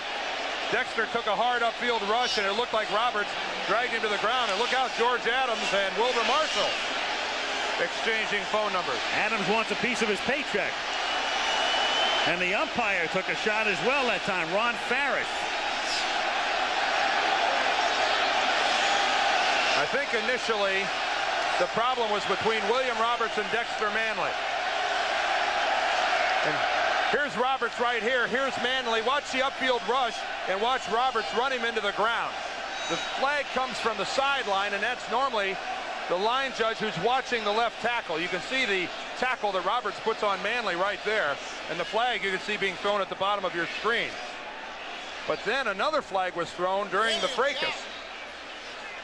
So we may have offsetting, or there are more flags. There are 3 flags right now for starters, and I think 3 separate incidents as well. Oh, here we go. Dexter has the face mask. Roberts in turn. Damian Johnson. That flag is for Manley there. So you've got 1 down probably for the hold, 1 for Manley. And you've got 1 on the 7-yard line. Funny how we just saw Dexter on the sideline, obviously extremely frustrated. William Roberts, and there are more flags than officials. I'd like to know where a couple of these extra ones came from. They are everywhere. And I think, is that Dick Jorgensen with a bloody nose? It could be. Ron Farris, the umpire, I know, went down. Dick Jorgensen, it appears, has some blood on his lip. Somebody's bleeding. Sure. He sure does. It's a contact sport. 2 personal fouls on the defense, 72 and 66. Holding and a personal foul on the offense. All penalties offset. Will replay at the previous spot. Let's watch the sequence once again. This was after the hold had been called. Manley just kept coming at Roberts, and in reaches over, gets him by the face mask, and they get into it there. The flag is already down at this point, and Jorgensen caught it right on the beak. I think William Roberts got him with a right. You could see Dick Jorgensen's hat fly off. William, not good. Not good getting a referee. These guys have long memories. So they pick them all up and just play it over again. And when you stop and think about it, that's really the easiest way to handle the whole situation. Ingram down on the turf, and look at Barry Wilburn come in for a shot. You could have called that a late hit if you would have felt like it. Didn't have any more flags. After all that, yeah, it's 3rd down and 10 from the 22. And so back we come once we started. And Sims running for a first down inside the 10 and out of bounds. And Mark Bavaro made a block that gave him another 10 yards on Monty Coleman.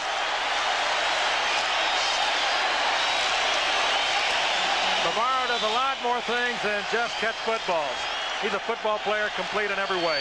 Well, he gave Sims the sidelines that time by throwing a block on Monty Coleman. And Phil Sims took advantage of it, and a good look at it here from behind the Redskins. No hesitation from Sims. He's going to run, and Bavaro's going to turn. Not much on technique as he actually trips and falls. Effecticity. I don't think that's a word, but it applies. 1st and goal at the 9. It's the first time they've converted a 3rd down in the game. And Sims throws it out of the end zone with 6:35 to go in the 3rd quarter. Bavaro is really attracting a crowd. There are at least 3 defenders on him in the end zone. Sims was looking at him all the way. I think he's getting frustrated trying to go out of the outside. And Sims very intelligently did throw it away. Well, the Giants have been down here before, and the last time they went backwards. They had a goal line situation in the first half and self-destructed and went backwards. They need to make something positive happen. I say make a play again into the end zone. Meanwhile, the crowd is taunting Manley, who is on the Redskins bench. Manuel goes in motion. Morris has a big hole and a touchdown. Over Carl Nelson. Behind a big block by Moat.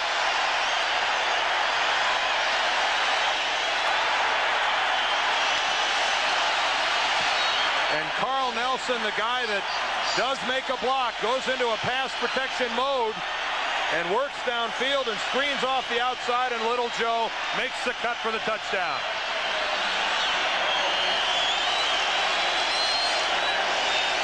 Raul Allegre for the extra point as the Giants try to get within 3.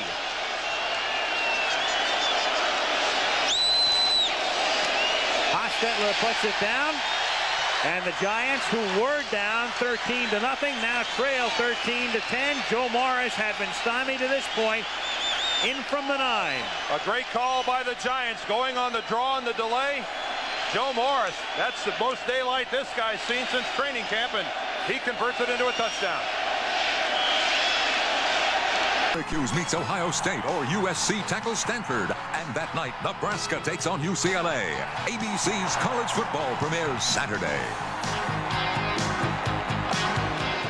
So the New York Giants march in for a score with 6:31 remaining in the 3rd quarter. To pull to within 3 as Allegre kicks off and sends it down to the 6-yard line. Mike Oliphant, the rookie from Puget Sound, gets taken down by Odessa Turner. Let's look at the touchdown play again. Frank talked earlier about Zeke Mowat and the problems he'd been having blocking from the fullback position. Watch Neil Oklowitz come in on the blitz and watch Mowat seal off this hole inside, then Nelson's block, and Joe Morris in for the touchdown. But watch Mowat from the fullback position, takes down Olkowitz, takes down Wilbur Marshall, and takes down one of the linemen, making that play happen. You couldn't design this better. Had a little look of a pass. Terrific block by Mowat, and look at that reaction by Phil Simms. He might celebrate a touchdown better than any quarterback in the league. And they can celebrate even more right now because Washington penalized on that kick return back to the 11-yard line. And a relatively subdued, in fact, very subdued Washington bench looking on right now. 1st and 10 from the 11. 6:20 to play. 3rd quarter. And a good part of the crowd on its feet. Williams finds the open man at the 24, Ricky Sanders. That time Andy Hedden almost got to Williams. Hedden again playing in that spot where Lawrence Taylor is missing. Good athlete. He's a terrific athlete, as a matter of fact. When he was in college back at Clemson, he started out as a quarterback, wound up returning kicks, played wide receiver, played fullback, very athletic. Well, I'll tell you what's impressive to me, Doug Williams' feel of the pocket and how he stands in there till the very last moment, waits to release the ball. 1st and 10, Washington from the 25-yard line. Smith cuts to the outside. He's taken down by Harry Carson.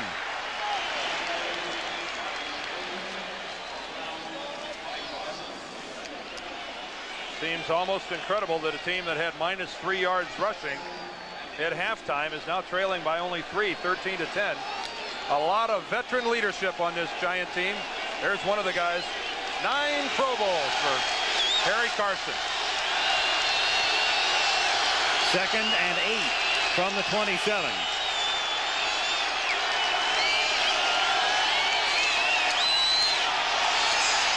And Williams has it dropped by McEwen. Right in his hands, and out it came. Pepper Johnson celebrates. 3rd down and 8.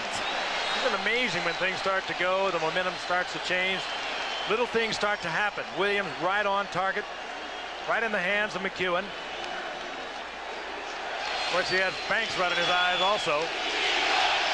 Young player. We told you earlier, McEwen, a guy who caught on during the replacement games last year, finding himself in a real pressure situation here tonight. That's the kind of a ball you just can't drop. It may be a while until he's back. And when things start to change, as you suggest, Frank, it's punctuated when it's at home, and the crowd really gets into it.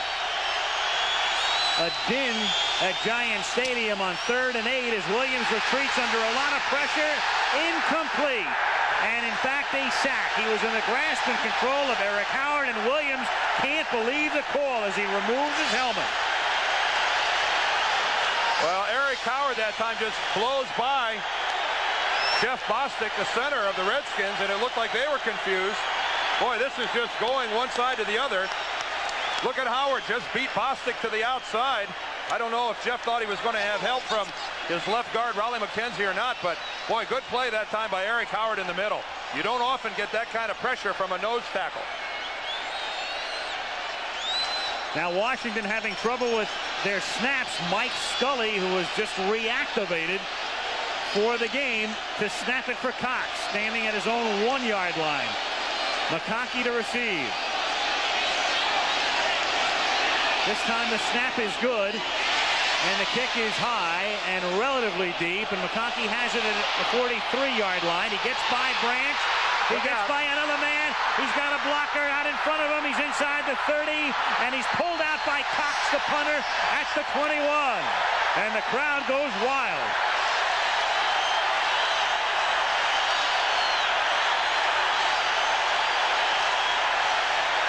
McConkey sold this to the right and then brought it back to the left, picking up his key blocks on the picket line. And Cox, who is in on the tackle. Now watch McConkey. He'll take it up towards the middle, and then he'll start to the right a little bit, bring it back there. And now his picket line is set up out here. You see it developing, and McConkey just turns on the speed. It's a good block out front from Sherwin, former Indianapolis Colt tight end the Giants picked up a couple of weeks ago. Sims asks for quiet, leads them up to the 22-yard line. 4:15 to play in the quarter. He goes right back up top, going deep and incomplete.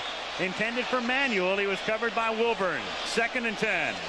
Yeah, how many times do you see that? And I'm not sure that I agree with it every time. Immediately after a big play like that, always trying to go into the end zone. You know, you see it, and it doesn't work as often as you think. You've got the good field position. You're at the 22. Why not go ahead and just slam it in there? The Giants have shown some success running the football. Wilburn with just outstanding coverage on Manuel, and I think that's a ball that Phil Sims just put a little more on it than he should have just to get rid of it. On 2nd and 10, Carson comes into block man, and the pass is thrown and caught at the 16-yard line by Mark Ingram. He stayed in to the chagrin of Green. Good block by Carson. That made that possible. As well, he didn't get, you know, Frank, he's not going to get both feet in bounds, I don't think, but I think the referee on the sidelines, the line judge, is going to rule that Ingram was knocked out of bounds. Well, if he is knocked out of bounds, both feet do not have to come down in bounds, and there is the contact by Green. Oh, that's a good catch. He could have got that foot down easily. 3rd down 3, Giants at the 15-yard line. Sims, incomplete. Covering on the play was Marshall, intended for Bavaro. Almost got it on the ground. Talk about steal on steal. Wilbur Marshall and Mark Bavaro going head-to-head on a pass route rather than blitz. Wilbur, boy, a good shot on the tight end, causing him to have a late release. And I'll tell you what, Mark Bavaro's legs just going out from under him, you have to think that he's still up in the air if he's been all the way through training camp. That's a rusty pass route right there by a receiver who hasn't had a great deal of practice. 33-yard attempt to tie it by Allegre. Perfect. And so the Giants, who scored at the end of the first half, have added 10 here in the 3rd quarter and have caught the Redskins with 3:55 to play in the 3rd quarter. 13-13. You can go back to that play by Wilbur Marshall on Mark Bavaro. That's how you draw it up, and that's how a coach says, don't allow a tight end to release from the line of scrimmage. Give him a shot. Make him stop. Make him start over. And that's exactly what Wilbur Marshall did. And by the time Bavaro was 5 yards downfield, Mark didn't know where to go, and his legs, in essence, just crumpled underneath him. You know, Dan, when we saw him a few weeks ago against Miami, I think even the Redskins were beginning to question if they really got the product they thought they were getting, because he was a little hesitant. But a lot of it had to do with the numerology the Redskins used. It was totally opposite from the Bears. And he was just slow picking it up, and all of a sudden he began to gel. And you mentioned last week against Atlanta, he started to look like the Wilbur Marshall that we know. There you see Cox holding that hand. He was in on that play against McConkey on that punt return. He had to make the play on McConkey. Let's see if we can pick up where he gets injured. Grabs Phil with his right hand. It looks like he hurt it right off the bat, or else he did it there, dropping down. He sure let go of him in a hurry with his right hand, but then he landed on his right hand as well. So one or the other, take your pick. And Washington sends Ricky Sanders back to take the kick, and from 1 yard into the end zone, he comes to the 21-yard line as the Redskins try to get regenerated now in their own territory with 3:45 to play in the 3rd quarter. So things starting out swimmingly tonight for Washington. A couple of good drives early on, a 13-0 lead, but they've been stymied by the Giants defense since. Saturday, you will see in the afternoon either Syracuse against Ohio State or USC taking on Stanford in college football. And then the big primetime game from the Rose Bowl, Nebraska against UCLA, Saturday night at 8 here on ABC. Redskins 1st and 10 from the 21-yard line. And they begin with Smith. Nothing doing there as Banks comes in to stop him for a loss of 1. Carl Banks, as an outside linebacker, plays the run better than any linebacker in the National Football League. He fights off blockers. He gets in on the play better than any linebacker I've seen in this league. That time working against Don Warren, the tight end. Look how he stays on his feet. Look how he drives upfield and makes the play at or even behind the line of scrimmage. A yard loss on that play, and wasn't that a song, Nobody Does It Better? I think it applies to that guy. 2nd and 11 from the 20. Williams throws to the 30-yard line, and a nice catch made there by Sanders, but he takes a shot, and a flag goes down. There's a flag back down at the line of scrimmage. That flag is always against Washington. Call holding when it's dropped in that spot. Almost invariably will you get the hold call.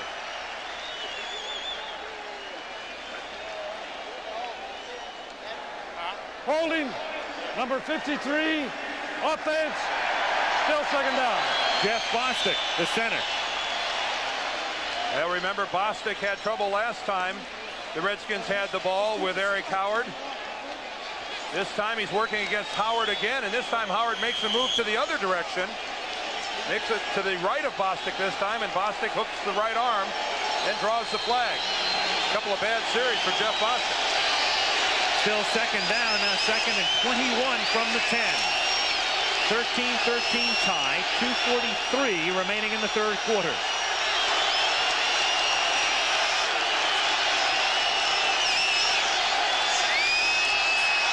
Williams on a roll, 2nd and 21, stops, fires, and is lucky it's not picked off by Carson. Play is dead. Looked like Doug Williams is going to get around to the outside. Banks again. I think it was Carl Banks that worked his way upfield. And well played also by John Washington, who is playing tonight for the injured Leonard Marshall. See, Banks got that angle. Williams had to pull up probably before he wanted to. And then he knows he has to fire it. He puts it right into Harry Carson's hands. That ball took Harry by surprise. He had his back turned initially. It looked easier than it really was there in slow motion from behind. 3rd and 21. Clark left, Monk and Sanders to the right, with Monk now in motion. The Clark side. And they keep it on the ground. Kelvin Bryant can get only 3. Have these guys changed jerseys or what? And Washington with the injured punter Cox to kick it away. Hill and Banks in on the tackle. And do you think Carl Banks is fired up? Do you think this guy is trying to make something happen? He's got contained to the outside. There he takes on McKenzie, fights in from behind. And also the Washington play was a concession to the Giant defense. True, his 3rd and tremendous yardage, but they also were not going to put it up in the air. Back to what I said earlier about playing the run. Scully snapping. Cox standing in the end zone. McConkey is at the 50 to receive. Good snap. Kick fielded by McConkey at the 47. And down he goes right there. Reggie Branch makes the tackle and has a word or two with Phil. 34-yard kick, 2-yard run back. And the Giants have it on the other side of the 50 with a score tied at 13. Bringing you up to date. A 13-13 tie. A couple of field goals after 2 impressive drives, but the Giants were able to hold deep early. Then Washington on a touchdown from Williams to Sanders made it 13-0. Allegre kicked the field goal at the gun to end the first half. And now the Giants have done all the scoring here in the second half as Bavaro drops an easy one. Not easy to flip that switch. This guy's only had a week of practice, Frank, and it's just not easy. And the rustiness is showing. Came in just before the last preseason game against Cleveland, got a little action there, and was really rusty in this game. Actually, if you look at it, you can almost see him take his eyes off the football, and perhaps what you said is true, Dan. Had he been in the contact a little more during the preseason, he could have taken his eyes off that ball and still handled it. On 2nd and 10. Look out, Marshall decks Sims and creates the incomplete pass. Well, that's a screen. That's a screen to that side, and when Wilbur comes on a blitz, somebody's got to tap him. Somebody's got to stop his upfield rush, or your quarterback doesn't have a chance. You can see you could get confused about whether or not they changed uniforms. They're both wearing 58s, 2 of the best that have ever played this game. Here's one of them, Marshall. William Roberts tries to get him. Joe Morris is going to be the back that's involved in the screen. He thought about taking a stab at Wilbur and passed. And Phil Simms, I'm trying to think the last time he had to play a football game where he was harried as much as he's been harried tonight. On 3rd and 10. 5-man rush, and he finds the receiver at the 28-yard line. It's Odessa Turner making the catch for a first down. A big 3rd down and long conversion for the Giants. He's the big man, 6'3", 205 pounded, the big target for the Giants. A superb athlete. Been around a couple of years as a second-round draft pick, and he handled that beautifully. He knew he was going to get hit. This is what you look for when you send that receiver over the middle. Concentration. And he did get hit by Brian Davis. 1st and 10 from the 28-yard line. Draw. Morris wrapped up by Butts. And about a half a minute now to play in the 3rd quarter. Marshall and Oates in the middle of that minor skirmish. Do you notice a difference between tonight's game and a preseason game? I sense a little more intensity on the field. Not much, mind you, but just a little bit. A wee tad. I think these guys actually care who wins. 2nd and 8. Simms going deep. Too deep.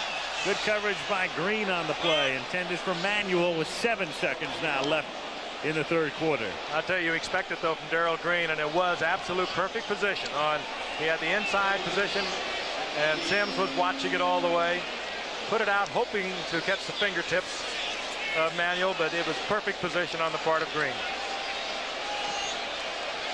Not as good as you can get, and keep in mind he's 5'8", 170 pounds, perennial Pro Bowler, but he just forced Manuel right out of the play, watching the ball all of the way, avoiding the flag. I look at Darrell Green and I think of that play he made in Chicago last year during the playoffs. The punt return. Yeah, punt return. 3rd and 8. Manuel. A flag is thrown. The play ends at the 13-yard line, and the back judge comes in with a marker. And Charles Mann really laid it on Simms as he released it. It'll be the end of the 3rd quarter when we find out about the penalty. Charles Mann was looking for a holding call on Carl Nelson. Didn't get it.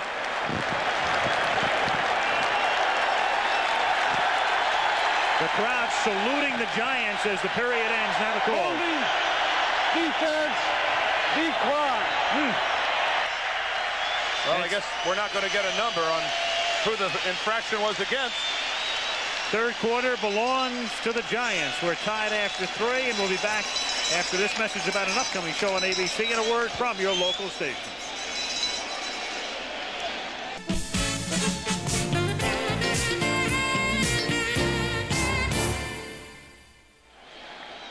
Well, this game has really changed around. I go back to what I said at the top, Frank, in the sense that the Giants, if they play well tonight, even if they lose, have to be encouraged, because that schedule is so easy the rest of the way that they'd almost be a lock for the playoffs when you look at how they finish up the year. And they have to be very encouraged the way they played this 3rd quarter. They turned this around dramatically here. Really, at midway in the 2nd quarter, they were a different football team, but it's really turned around in the 3rd quarter. Well, keep in mind, these are the last 2 Super Bowl champions.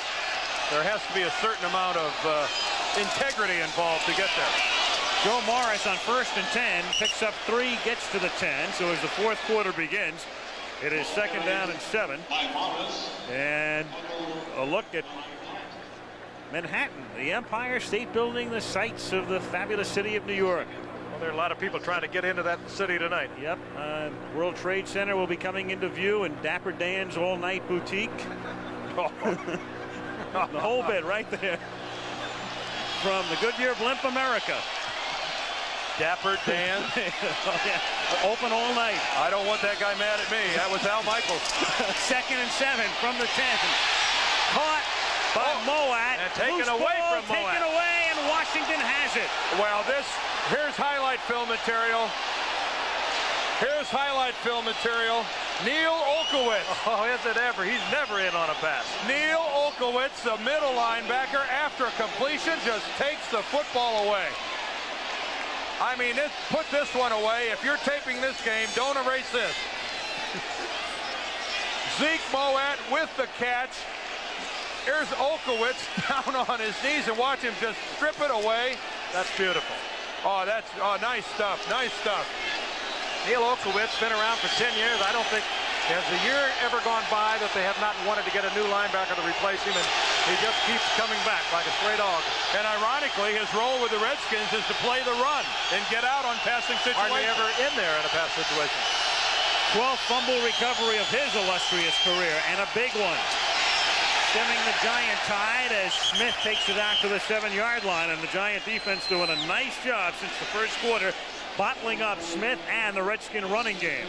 And we can't emphasize enough, this is a New York Giant defense without Leonard Marshall, without Lawrence Taylor, and in reality a team sent reeling by the loss of Taylor earlier this week. And admirable the way they've played tonight. A miserable first half, and yet still had what it takes to claw their way back into a football game against the world champion. 2nd down and 8 from the 6-yard line. And this time Smith able to exploit the hole. Kennard makes the tackle out at the 19-yard line, and the Redskins now with some breathing room. 13:20 to play. Now you look at it and you just feel and sense the character of both of these ball clubs. The Redskins, another team might have totally given this thing up. This game was taken away from them. All of a sudden, this is a scrapping team once again.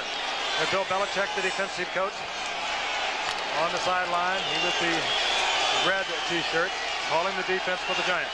Meanwhile, Smith has gone over 100 yards. That's 103 yards on 20 carries.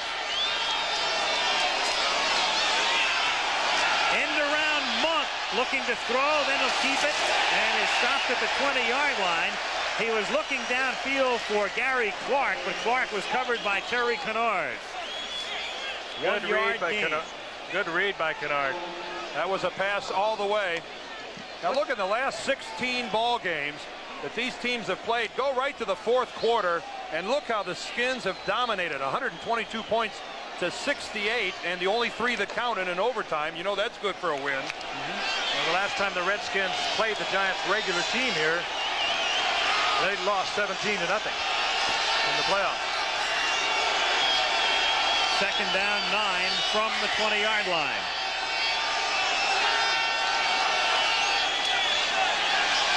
And Williams going deep. Batted away. Mark Collins. And he comes up limping. Good coverage on Sanders.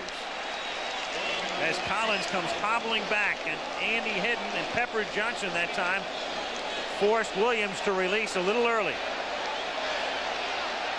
Well, we're now entering the mistake zone. A 13-13 ball game. Under 12 minutes left. You have to wonder if it isn't the first team that makes a mistake is going to be the one that loses the ball game.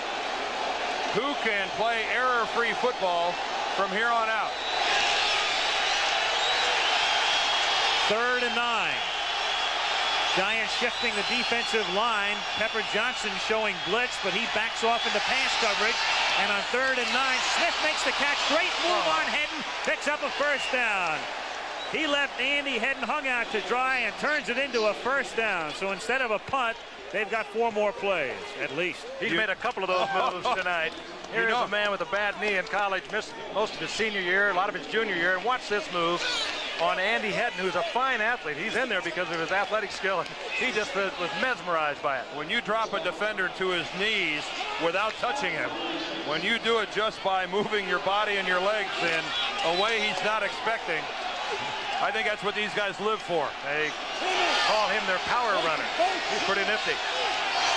1st and 10, Washington at the 35.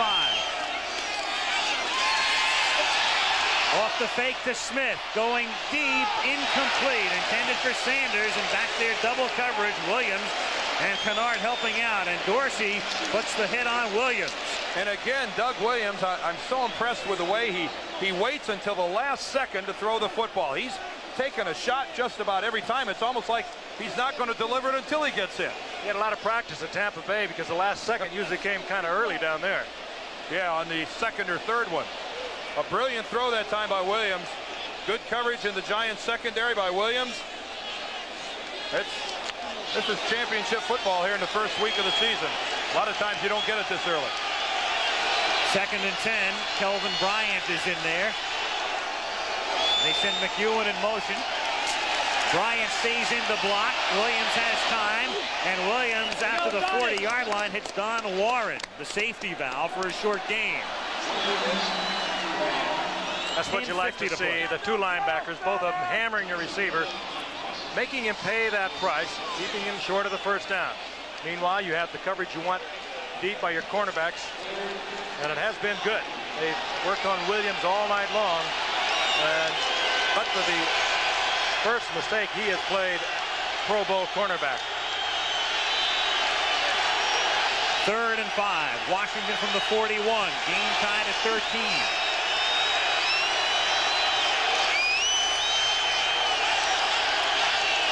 Monk comes in motion to Sanders' side. Monk stays in the block, and the pass for Clark, who's beaten his man off his fingertips. He'd gotten behind Mark Collins, but incomplete. Collins comes out of that limping. And he was limping before, but he was able to make the play here. Let's watch it again. Collins and Sanders, and Collins missed 1 day of practice this past week with a sore knee that he hurt just slipping on the carpet. And there's no contact made. But look at the throw. Look how good the throw was from Williams. And, you know, even though they have to punt here, the Redskins, an effective drive. They move it outside their own 40 when they start back inside their 5. And a bouncing snap and a block kick. Picked up by Flynn, of all guys. He's used to this. Touchdown. Reasons with a block. Flynn picks it up, and Flynn is in again, as he did last opening night against Chicago a year ago. A touchdown off a punt block. Bad snap. Set that sequence into motion. I believe Gary Reason's the guy with the block. Gary Reason's coming up the middle is the guy with the block, but Frank is right. It was a bad snap. Mike Scully, I believe. Watch to the right of the center, number 55, Gary Reasons. Takes it right off of Cox's foot. And Flynn, as Al said, is indeed used to this. And Al, can you believe you and I had lunch yesterday and sat and talked about Tom Flynn? A year ago against Chicago in that opener, off a block by, as I recall, Eric Howard, Flynn picked it up and went in. And the Giants have now scored 20 unanswered points after Allegre's extra point to make it 20-13. Again, Gary Reasons playing it smart, goes for the football, and Tom Flynn, the right man in the right place, a Monday night hero. Who can believe this? Up by 7, New York. One of Roden's Cowboys go head-to-head with their division rivals, the Phoenix Cardinals, on ABC's Monday Night Football. The only way to kick off your week. There's the man who did the snapping. How bad can you feel, huh? Yep. Our spotter, Kelly Hayes, just walked outside the booth. He said Bobby Beathard is outside on a payphone. Maybe he's looking for a snapper. They really had their problems, and it's come back to haunt them tonight.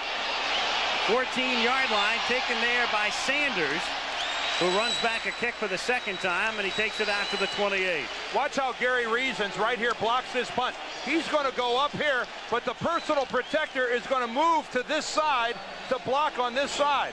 And that's going to give Reasons a straight shot into the punter. The personal protector moves clear out of the blocking scheme and allows Reasons that straight shot at the punter. And you touched on it, Dan. He didn't go up in the air, hurling his body way up in the air. He went right where the ball was going to be when it came off the foot, and he was perfect. And that's how you also avoid the roughing the kicker penalty if you miss the ball. Redskins down by 7 at their own 29-yard line. 1st and 10.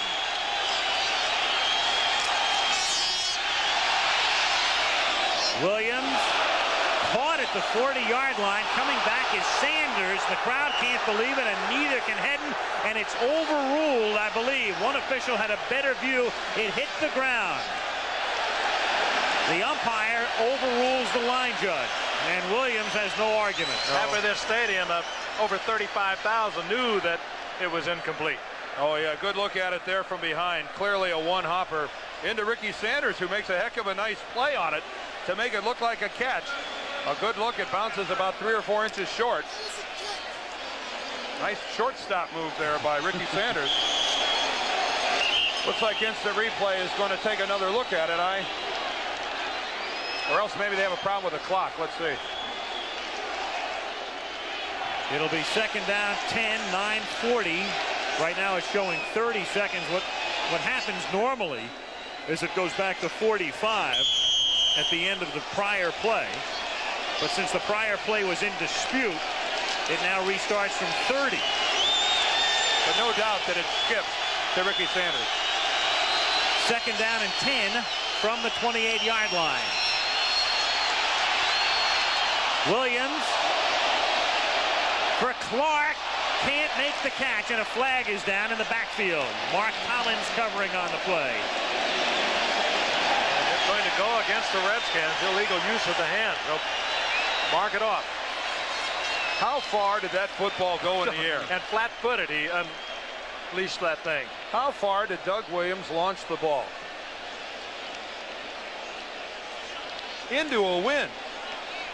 He threw that football into a pretty brisk breeze. The Giants, the wind here at Giant Stadium moving from our left to our right. Illegal hands, a jam to the face. Number 73, offense, 10 yards, still second down. Mark May. That's a major jam coming from a 300-pounder. Now there's a good look. Look at the flags on the top of the stadium, and that's Doug Williams having to throw right into that. A 20-mile-an-hour wind. Now that ball comes down at about the 16-yard line, I think. He launched that baby from around his 25 or so. That's not a bad little. All right, here he is. Let's see if we can pick this up. He's at the 22. It's one that could have been caught so easily. 15. That ball would have landed even inside the 15-yard line. About 63 yards in the air. Into a 20-mile-an-hour wind. Williams fires, nearly picked off. Terry Kennard. Craig McEwen had gone deep as the Redskins go to that play for the first time tonight. And that should have been intercepted. Doug Williams is infatuated with the long ball, as he has been his entire career, but he's really taking some risk. He's throwing the ball to people that are very well covered. More often than not, with the exception of Williams, and I'm talking now about Perry Williams, misplaying Ricky Sanders' touchdown, the Giants secondary has had decent coverage, better than decent coverage. Those are also the calls too, Dan, and you think on second down and about 20, they would have typically, characteristically of Joe Gibbs and the Redskins, looked for about half of it instead of all of it. Third and 20. Monk in motion. And over the middle for Clark, and he's hit by Williams, but he has the first down out at the 42-yard line. So Clark, who started out brilliantly, has been quiet though since the first quarter, gets noisy again. A big play here. Yeah, some great receiver. Williams again going for all of it as he had to now on third down. Sits in there, he has plenty of time, and he's big enough to look over the mess, finds Clark. Clark knows he's going to just get hammered by guys that outweigh him by about 60 pounds, concentrates, gets the first down. And Perry Williams really hurting, so Sheldon White takes his spot, and he comes out to the near side now, one-on-one with Clark. And Monk goes in motion on first down from the 42. Let's see if Williams goes toward Clark. No, he goes underneath out at the 46-yard line to the tight end, Don Warren, stopped by Carson and Johnson. Spotted at the 47, gain of about 5. It'll be second and 5. Sheldon White, the rookie they have brought in, who now goes back out, and Williams comes in. But he is one of the fastest players, if not the fastest player in the draft, and he's looked great defensively for the Giants. But he is checked back out. He didn't look so great that Bill Parcells couldn't wait to get him out. He got out of there fast. He's one of the fastest getting back to the bench. Under 8 minutes to play. Second and 5. Williams hit by Johnson. Loose ball, live ball. Jim Burt with it. Jim Burt is in for the touchdown. This stadium is going to go bananas. They love this guy. Of all guys. Give Pepper Martin the credit. Oh, yeah. Pepper Martin hit Doug Williams in the back and knocked the ball loose. Pepper Johnson. I think Pepper Martin. Well, he hit him too. He might have hit me too. That was a gas house gang play. You bet. Pepper Johnson. Give him credit. He beats Joe Jacoby and hits Doug Williams in the back. You'll see Johnson come in from the left of your screen. He beats Joe Jacoby upfield. Doug holding the football for a long time. It's hard to hold it that long. And Jim Burt, taking a page out of the George Martin playbook, heads for the end zone. Lawrence Taylor may not be here, but Pepper Johnson, Carl Banks, Andy Hedden, they are playing, well, if not over their heads, they're certainly reaching for a higher level tonight. They have played superb football. Raul Inspired. Allegre. And Jim Burt, with not the longest legs in the NFL, takes many steps to get to the end zone, but here's a look at it. At the top of your screen, look at Johnson spin to the outside and get around Jacoby. And watch these long legs churn to the end zone. Chop, chop, chop, chop.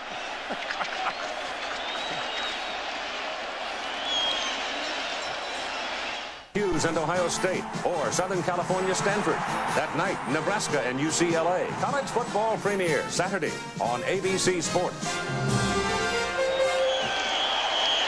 A dramatic turnaround. The Giants lead by 14. 7:45 to play. And the kickoff taken by Oliphant. And he's dropped out at the 27-yard line. Jim Burt with the touchdown. What about his most memorable moment in football? My most memorable moment, it's kind of corny, but having my son at the Super Bowl and putting him on my shoulders and having him be there, and it was a great experience for me. Well, that still might be number one, but I think we've just seen number two. He was running like he still had his son on his shoulders. The 27. Washington 1st and 10. 7:38 to play. Fourth quarter. And everything going wrong for the Redskins. Intended for Timmy Smith. Everything just a little out of sync when it starts to go wrong. Fraction here, instant there.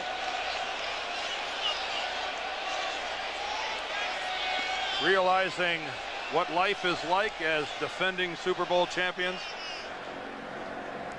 And in the blimp, high above Giant Stadium. I bet you it's getting a little cool right now. Yeah. Getting cool down here as well.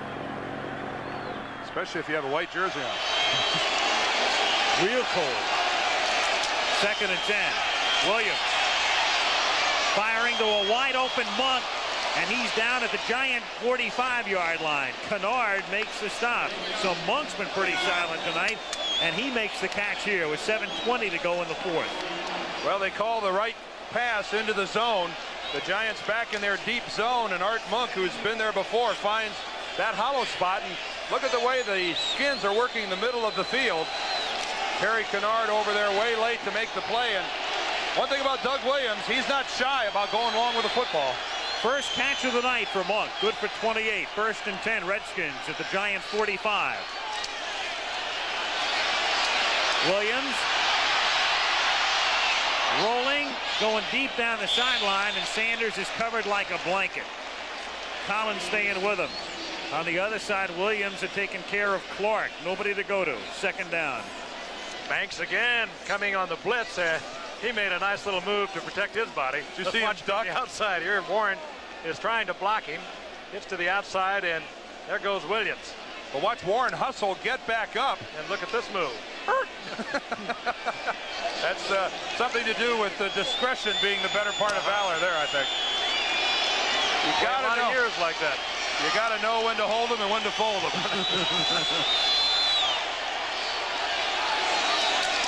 2nd and 10. McEwen pays the price. And the mic is right there, and you all heard Adrian White. Short of the first down by 3. Clock stops. 6:39 to play in the fourth. Adrian White's quite a missile himself. They like to have him in there. Every time they give you a play fake, though, he makes the tackle in the middle of the opposition's backfield. I'm just looking at the scoreboard, trying to figure out how the Giants are winning 27-13. I think Joe Gibbs is probably trying to figure that out as well, how they have allowed this game to get away. Special teams mistakes, interceptions, block kicks. They've spread it around. The odd plays. Williams goes deep. Clark wants a flag. He was covered by Collins, and Williams can't believe he doesn't see a flag. Well, there was contact, and there's no questioning the contact. And keep in mind that the officials this year are going to be a little more lenient. That's Mark Collins and Gary Clark. Well, that's interference all the way, folks. It's almost a mugging. I mean, that's hard to imagine how they missed that one. That is hard to believe that in this type of situation, how they can possibly miss a guy wrapping his arm around the throat of a receiver on a catchable football. And Doug Williams has every right to be incensed. And just to refresh you, if you don't know, that's not the kind of play that's subject to review by the replay official. A judgment call. 4th and 3. Redskins have to go for it, and the pass is too high, and the Giants take over on downs. Intended for Clark. And if you're a Redskin fan, that series of downs isn't going to sit with you any better than it's sitting with Doug Williams right now. He's hot, and justifiably so. News environmental alert. The horrors of a polluted world could happen if we don't act soon. Watch Burning Questions, The Poisoning of America, Thursday. Some odd numbers in this one. Washington has dominated on the ground, especially in the first half. Giants minus yardage, negative yardage first half on the ground. Passing, Washington has a slight advantage there, 36 more. But turnovers, 4, and 2 of them turned into touchdowns by the Giants. And there it is. Last year, 3/4 of the time, teams with the fewer turnovers won the game. So a pretty good indication, and especially when 2 of those turnovers go into the end zone for you. Block punt and the fumble returned by Burt. Giants have it back at the 38-yard line, 1st and 10. Morris will try to stay in bounds and does. He is stopped by Walton, who wants to go for a piggyback ride as well. 2nd down. Al, here's another number to try on. We just saw Joe Morris carry the ball and pick up about a yard on that play.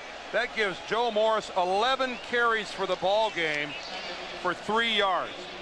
And our unofficials to that statistician behind us, Alex Wallow, pointed out that the Giants only ran the ball 2 times in the 3rd quarter. Now, how do you figure that the Giants are winning a football game where Joe Morris has rushed the ball 11 times for 3 yards? For 3 yards, and nine of those 3, as odd as it sounds, was on the touchdown. He's got 4, I guess. We don't want to chip him out of a yard. Right. I don't want to ruin that handsome .4 average. 2nd and 8. Reverse. Manuel takes it from Morris. Sims is there to block, and at least he gets himself in front of Cook, and it turns out to be a 1st down. Olkowitz makes the tackle. What a good time for that call. The Redskins have got to be thinking the Giants are going to go with ball control plays, keep it on the ground, run their basic offense, and you come back with a reverse, and it picks up big yardage. Redskins. Unhappy campers there. Go home next week to meet Pittsburgh. They've got Pittsburgh and Philadelphia at home. Their schedule much, much harder. And, of course, in the National Football League, what happens is if you finish first the year before, they give you a real tough schedule. If you finish last, a real easy schedule. So the Giants with a huge advantage there. But now they get to play the first daytime game at Phoenix. Yeah, right.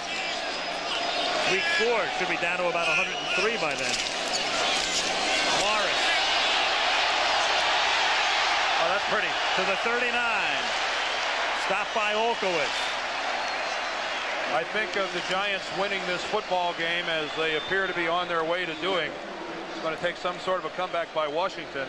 Talking to Phil Simms down on the field before the ball game tonight, and he just got this starry look in his eyes when he just started talking about what it would mean to this team to win after what happened to them earlier this week without a Wilbur Marshall.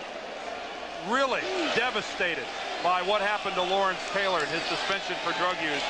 For them to win this ball game against the defending Super Bowl champions has got to make a statement as to how good the Giants are going to be in '88. 2nd and inches. Morris and a 1st down. And again, the Giants coming into tonight's game with basically not a lot to lose, because if they won the game, hey, bona fide Super Bowl contenders. Even had they lost, would at least look good. They could have said, well, you know, we're going to probably get Taylor back. We'll definitely get Marshall back. Banks will be stronger next week, and with the easy schedule. How often we see it in sports, though, with the adversity, the loss, not only of Lawrence Taylor, the lack of Leonard Marshall tonight, the two best pass rushers. All of a sudden you're seeing a Carl Banks who has not been even in camp that long, just practiced about 3 days. He's playing right at Pro Bowl form. Dorsey's been spectacular, as Eric Howard. And to win it the way they are going to win this game, too, down by 13 and looking terrible in the first quarter and not very good overall in the first half. Morris on first down, and they're just chewing up the clock now, which is down to 3 minutes. And the Redskins want to take a timeout because the Giants have been working on the clock, and so Washington has to take a timeout. Alvin Walton limping off. Wilbur Marshall that time. Watch him come up the middle on the blitz and go after Phil Simms. He's going to pass up the ball carrier and go after Simms. Wilbur, you're supposed to get the guy with the ball. But I guess at this stage of the ball game, if you get a shot on the other team's quarterback, why not take it? Next week, first time ever for a regular season game in Arizona. Sun Devil Stadium in Tempe is the site. The Dallas Cowboys, who dropped one to Pittsburgh yesterday by 3, take on the Phoenix Cardinals, who were stymied by 2 tremendous goal line stands by Cincinnati yesterday. 8 o'clock Eastern time next week. You going to be able to say Phoenix, Dan? Well, yeah, I pretty well conditioned myself. If you lived in St. Louis, you saw it coming for 2 years. I mean, the ultimatum was made: either build a new stadium or we're going to leave. And in essence, the people of St. Louis said, well, fine, go ahead and leave. It was not a situation of the city of St. Louis clinging to Bill Bidwell's leg when he left town with his football team. Second down and 9, Giants from the 30-yard line. Morris, and he just wants to stay in bounds, and he does, so that's why he goes down at the 28-yard line.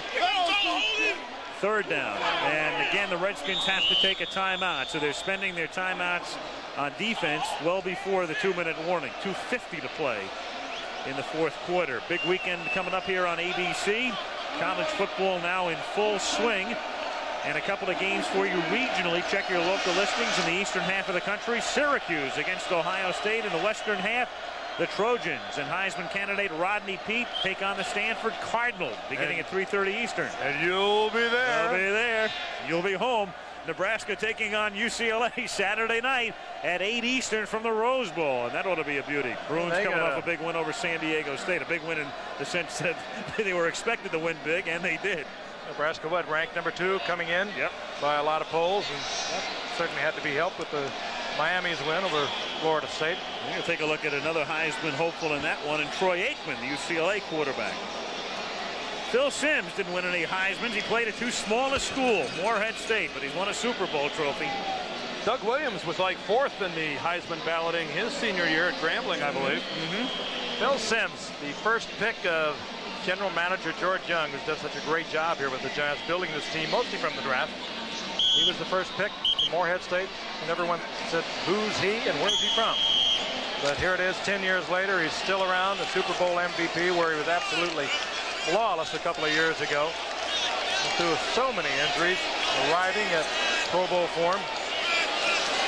On 3rd and 7, Joe Morris is stopped at the 27-yard line. The Redskins do not have a timeout. They used one earlier and 2 in this series. Grant makes the tackle, and the Giants can just watch more of the clock tick down, and this will take us right to the 2-minute warning because the 45-second clock is slightly behind the game clock, so we'll go right down to 2 minutes. We've seen this before where a team would have had to run a play under the old 30-second clock, but because of the 45-second clock that's in effect this year, they've been allowed to run it down to the 2-minute warning. It's a little bit of a strange quirk in that new rule that lets the team with the lead have to run, they can run one less play. Games average 3 hours and 1 minute and a few seconds. There's George Young right there. George Young. Quite a philosopher, quite an intellect, a couple of master's degrees in education. He picks a player, he believes in them, and there's Tim Mara congratulating George Young, maybe a little prematurely, but I don't think so. Neither do I. 2-minute warning. Frank, who was it who started the game by saying, how can the Giants be favored by 2.5? He was bigger than me. Yeah, he's bigger than me, too. I seem to remember you saying, I agree with you, Al. I seem to remember you saying that. Boy, what a short memory you have. I meant the San Francisco Giants. Here's the plays that turned this game around. The Washington Redskins snapping the football back. Scully with the low snap to Coxon, and Gary Reasons with the block. And this guy has been there before, Flynn. That's number 1. We'll show you number 2 in a minute. The Giants on a 4th down now, 4th and 7, looking for the first down, which would in effect end the game, but no, Moak can't make the catch, and they'll turn it over on downs now to Washington without a timeout for the Redskins remaining. Now here's the one I like. Not so much because it happens to Doug Williams, but the second part of it is Pepper Johnson coming in. Williams does not even have a clue that he's there. The ball is free, and here comes the speedster, Jim Burt, from nose tackle, and he turns it on. Doesn't look like his back spasms are bothering him here. This is a guy who went all the way through training camp without any problems at all with his back, and then right before their final preseason game with the Browns had a recurrence, very discouraged, and really has not played all that much tonight. Eric Howard doing most of the work at nose tackle, but Jim Burt was there when it counted. Williams for a first down and trying to get out of bounds, but not able to is Sanders. The Giants did a great job that time making sure, Collins amongst them, that he stayed in bounds. Skins can't stop the clock. They're talking that over in the defensive huddle. Don't let him out. Don't let him get to the outside of you. If you're a cornerback, you know you got protection inside. Keep him in bounds. Williams, who is hobbling, you can notice that on the drop to Bryant. He's got to get out of bounds, and he does at the 48, and that'll stop the clock. Yes, you can see Doug Williams noticeably limping, the brace on his left knee. And keep in mind, when you see Doug Williams limp, Jay Schrader is now a Los Angeles Raider. The executive producer of ABC's Monday Night Football, Jeff Mason. Our producer tonight, Ken Wolf. Our director, Craig Janoff. Halftime producer, John McGinnis. Halftime associate producer, Emily Deutsch. Our technical director, Joe Schamo. Associate director, Rob Biner. Second down and 3 from the 48-yard line as Doug Williams takes a short drop, goes to the side and throws it out of bounds. Our technical manager, Gary Ricketts. Unit manager, Ed McKenna. Telecommunications manager, Margaret Beauvais. Bruce Clark and Joe Castellano, the assistants to the producer. Research and information, Steve Hurt. Computer stats, Mark Amento. Our statistician up here, George Hill, with an assist from Alex Wallow, who did anything he could to get into the ballpark tonight. And our spotter, Malibu Kelly Hayes. Kathy and Regis here earlier. The whole game. Well, they went national. They had to say something. That's right. I first met Regis back in '71 in St. Louis. He had a AM show in St. Louis when I first came to town. Your first TV show, correct? Yep. 3rd and 3 from the 48-yard line. Williams has it knocked down. George Martin, there he is, unheralded and almost unannounced last year at the end of the season. He became the man who has played in more games in that uniform than any other. George Martin, 186th tonight. I'm surprised he didn't intercept it. There's George Martin's hand up in the air. This guy has made a career out of being around the football. I had the privilege of being there at least twice, I know of, that George intercepted a pass and took off with it. You had a lot of years against him, didn't you, Dan? Oh, yeah, I played against George probably 7 or 8 years. Sensational football player and even a better human being. 4th and 3, and the limping Williams hits Kelvin Bryant. He has enough for the first down to the 46-yard line. Clock keeps on ticking. They can't stop it with a minute to play. 27-13 Giants with 27 unanswered points. Now, don't look for the draw here. Or the cross puck.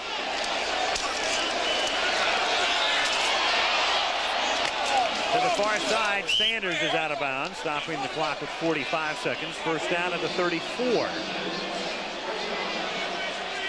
Well, I wonder, I was just thinking the same thing. Will that make a comeback? Oh, please. Yeah. Mercifully, let it die. Oh, merciful goodness. Hey, the mood that Parcells has been in this week, I wouldn't want to be the one who tried it. No. You might be eating it. Not in the night game, anyway. Better not be Sean Landetta.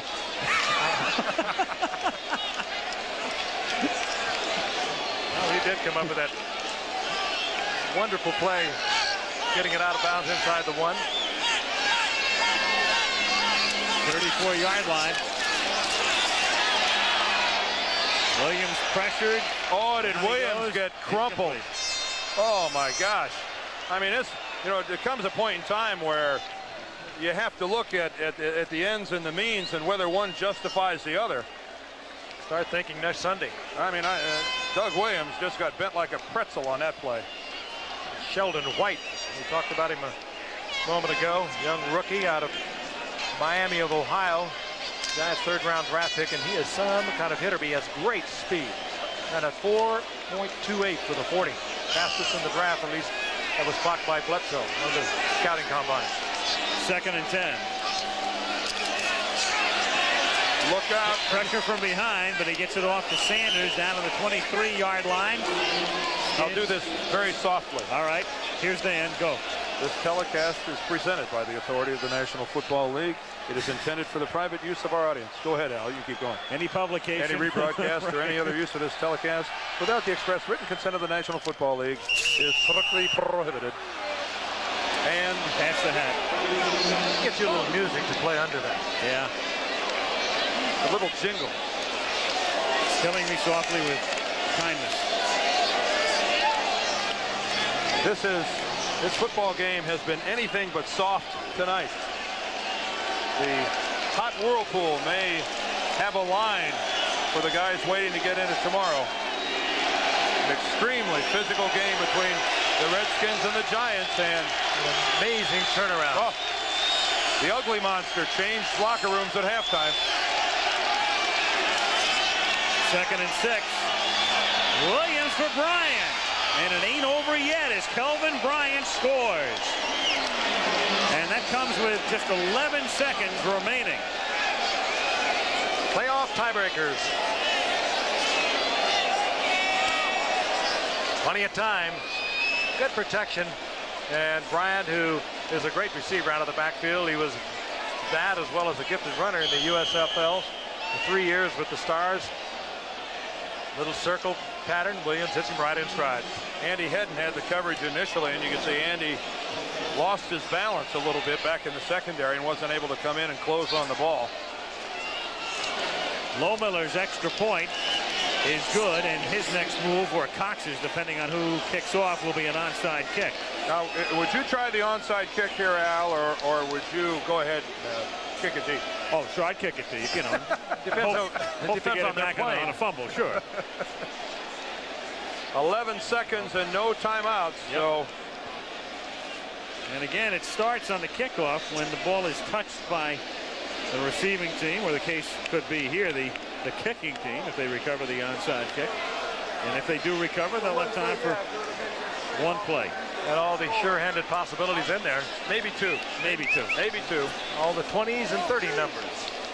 Receiver types, ball handling types.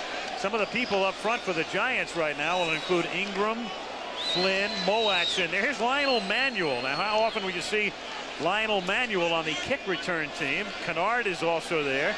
And they have Otis Anderson in there. Well, quite simply, what you do is you take the 10 people and put them up there, the 10 best pairs of hands on your football team. Where's Jim Burt then? Put George Martin up there. The ball come right to him, I'll guarantee you. Yeah.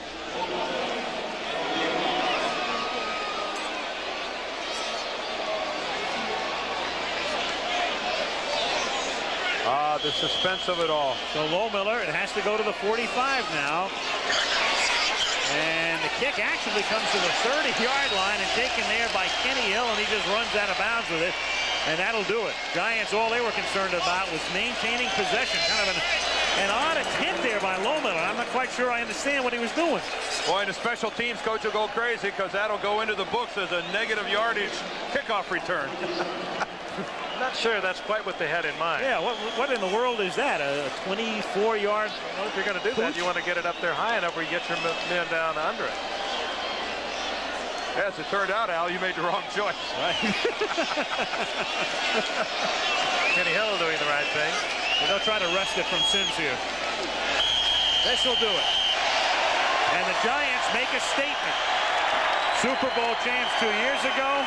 In the cellar last year, they became the first team in history to win a Super Bowl 1 year and finish last the next. And the Giants have told the nation tonight, we are back. And the winning on opening day troubles for defending Super Bowl champ continue. We showed you those graphics early about how tough it is to win on opening day when you've won the previous Super Bowl, and the Redskins, unfortunately, just pad that statistic a little more. Well, we'll talk to you next Monday. Al Michaels with Frank Gifford, Dan Deerdorf saying good night from Giants Stadium in East Rutherford, New Jersey, where the Giants beat Washington 27-20. And this ABC Sports exclusive has been brought to you by Michelob. Michelob is a proud sponsor of the 1988 U.S. Olympic team. By Ford and your Ford dealer. Have you driven a Ford lately? By Epson America. When you've got an Epson, you've got a lot of company. And by Kellogg's Raisin Bran. A reminder, Saturday afternoon, the season premiere of ABC's college football kicks off as Syracuse visits Ohio State or Stanford hosts USC. Check your local listings for the game in your area. Then Saturday night, the Nebraska Cornhuskers meet the UCLA Bruins. And next week on ABC's NFL Monday Night Football, the Dallas Cowboys take on the Phoenix Cardinals in the first ever regular season game in Arizona. This has been a presentation of ABC Sports.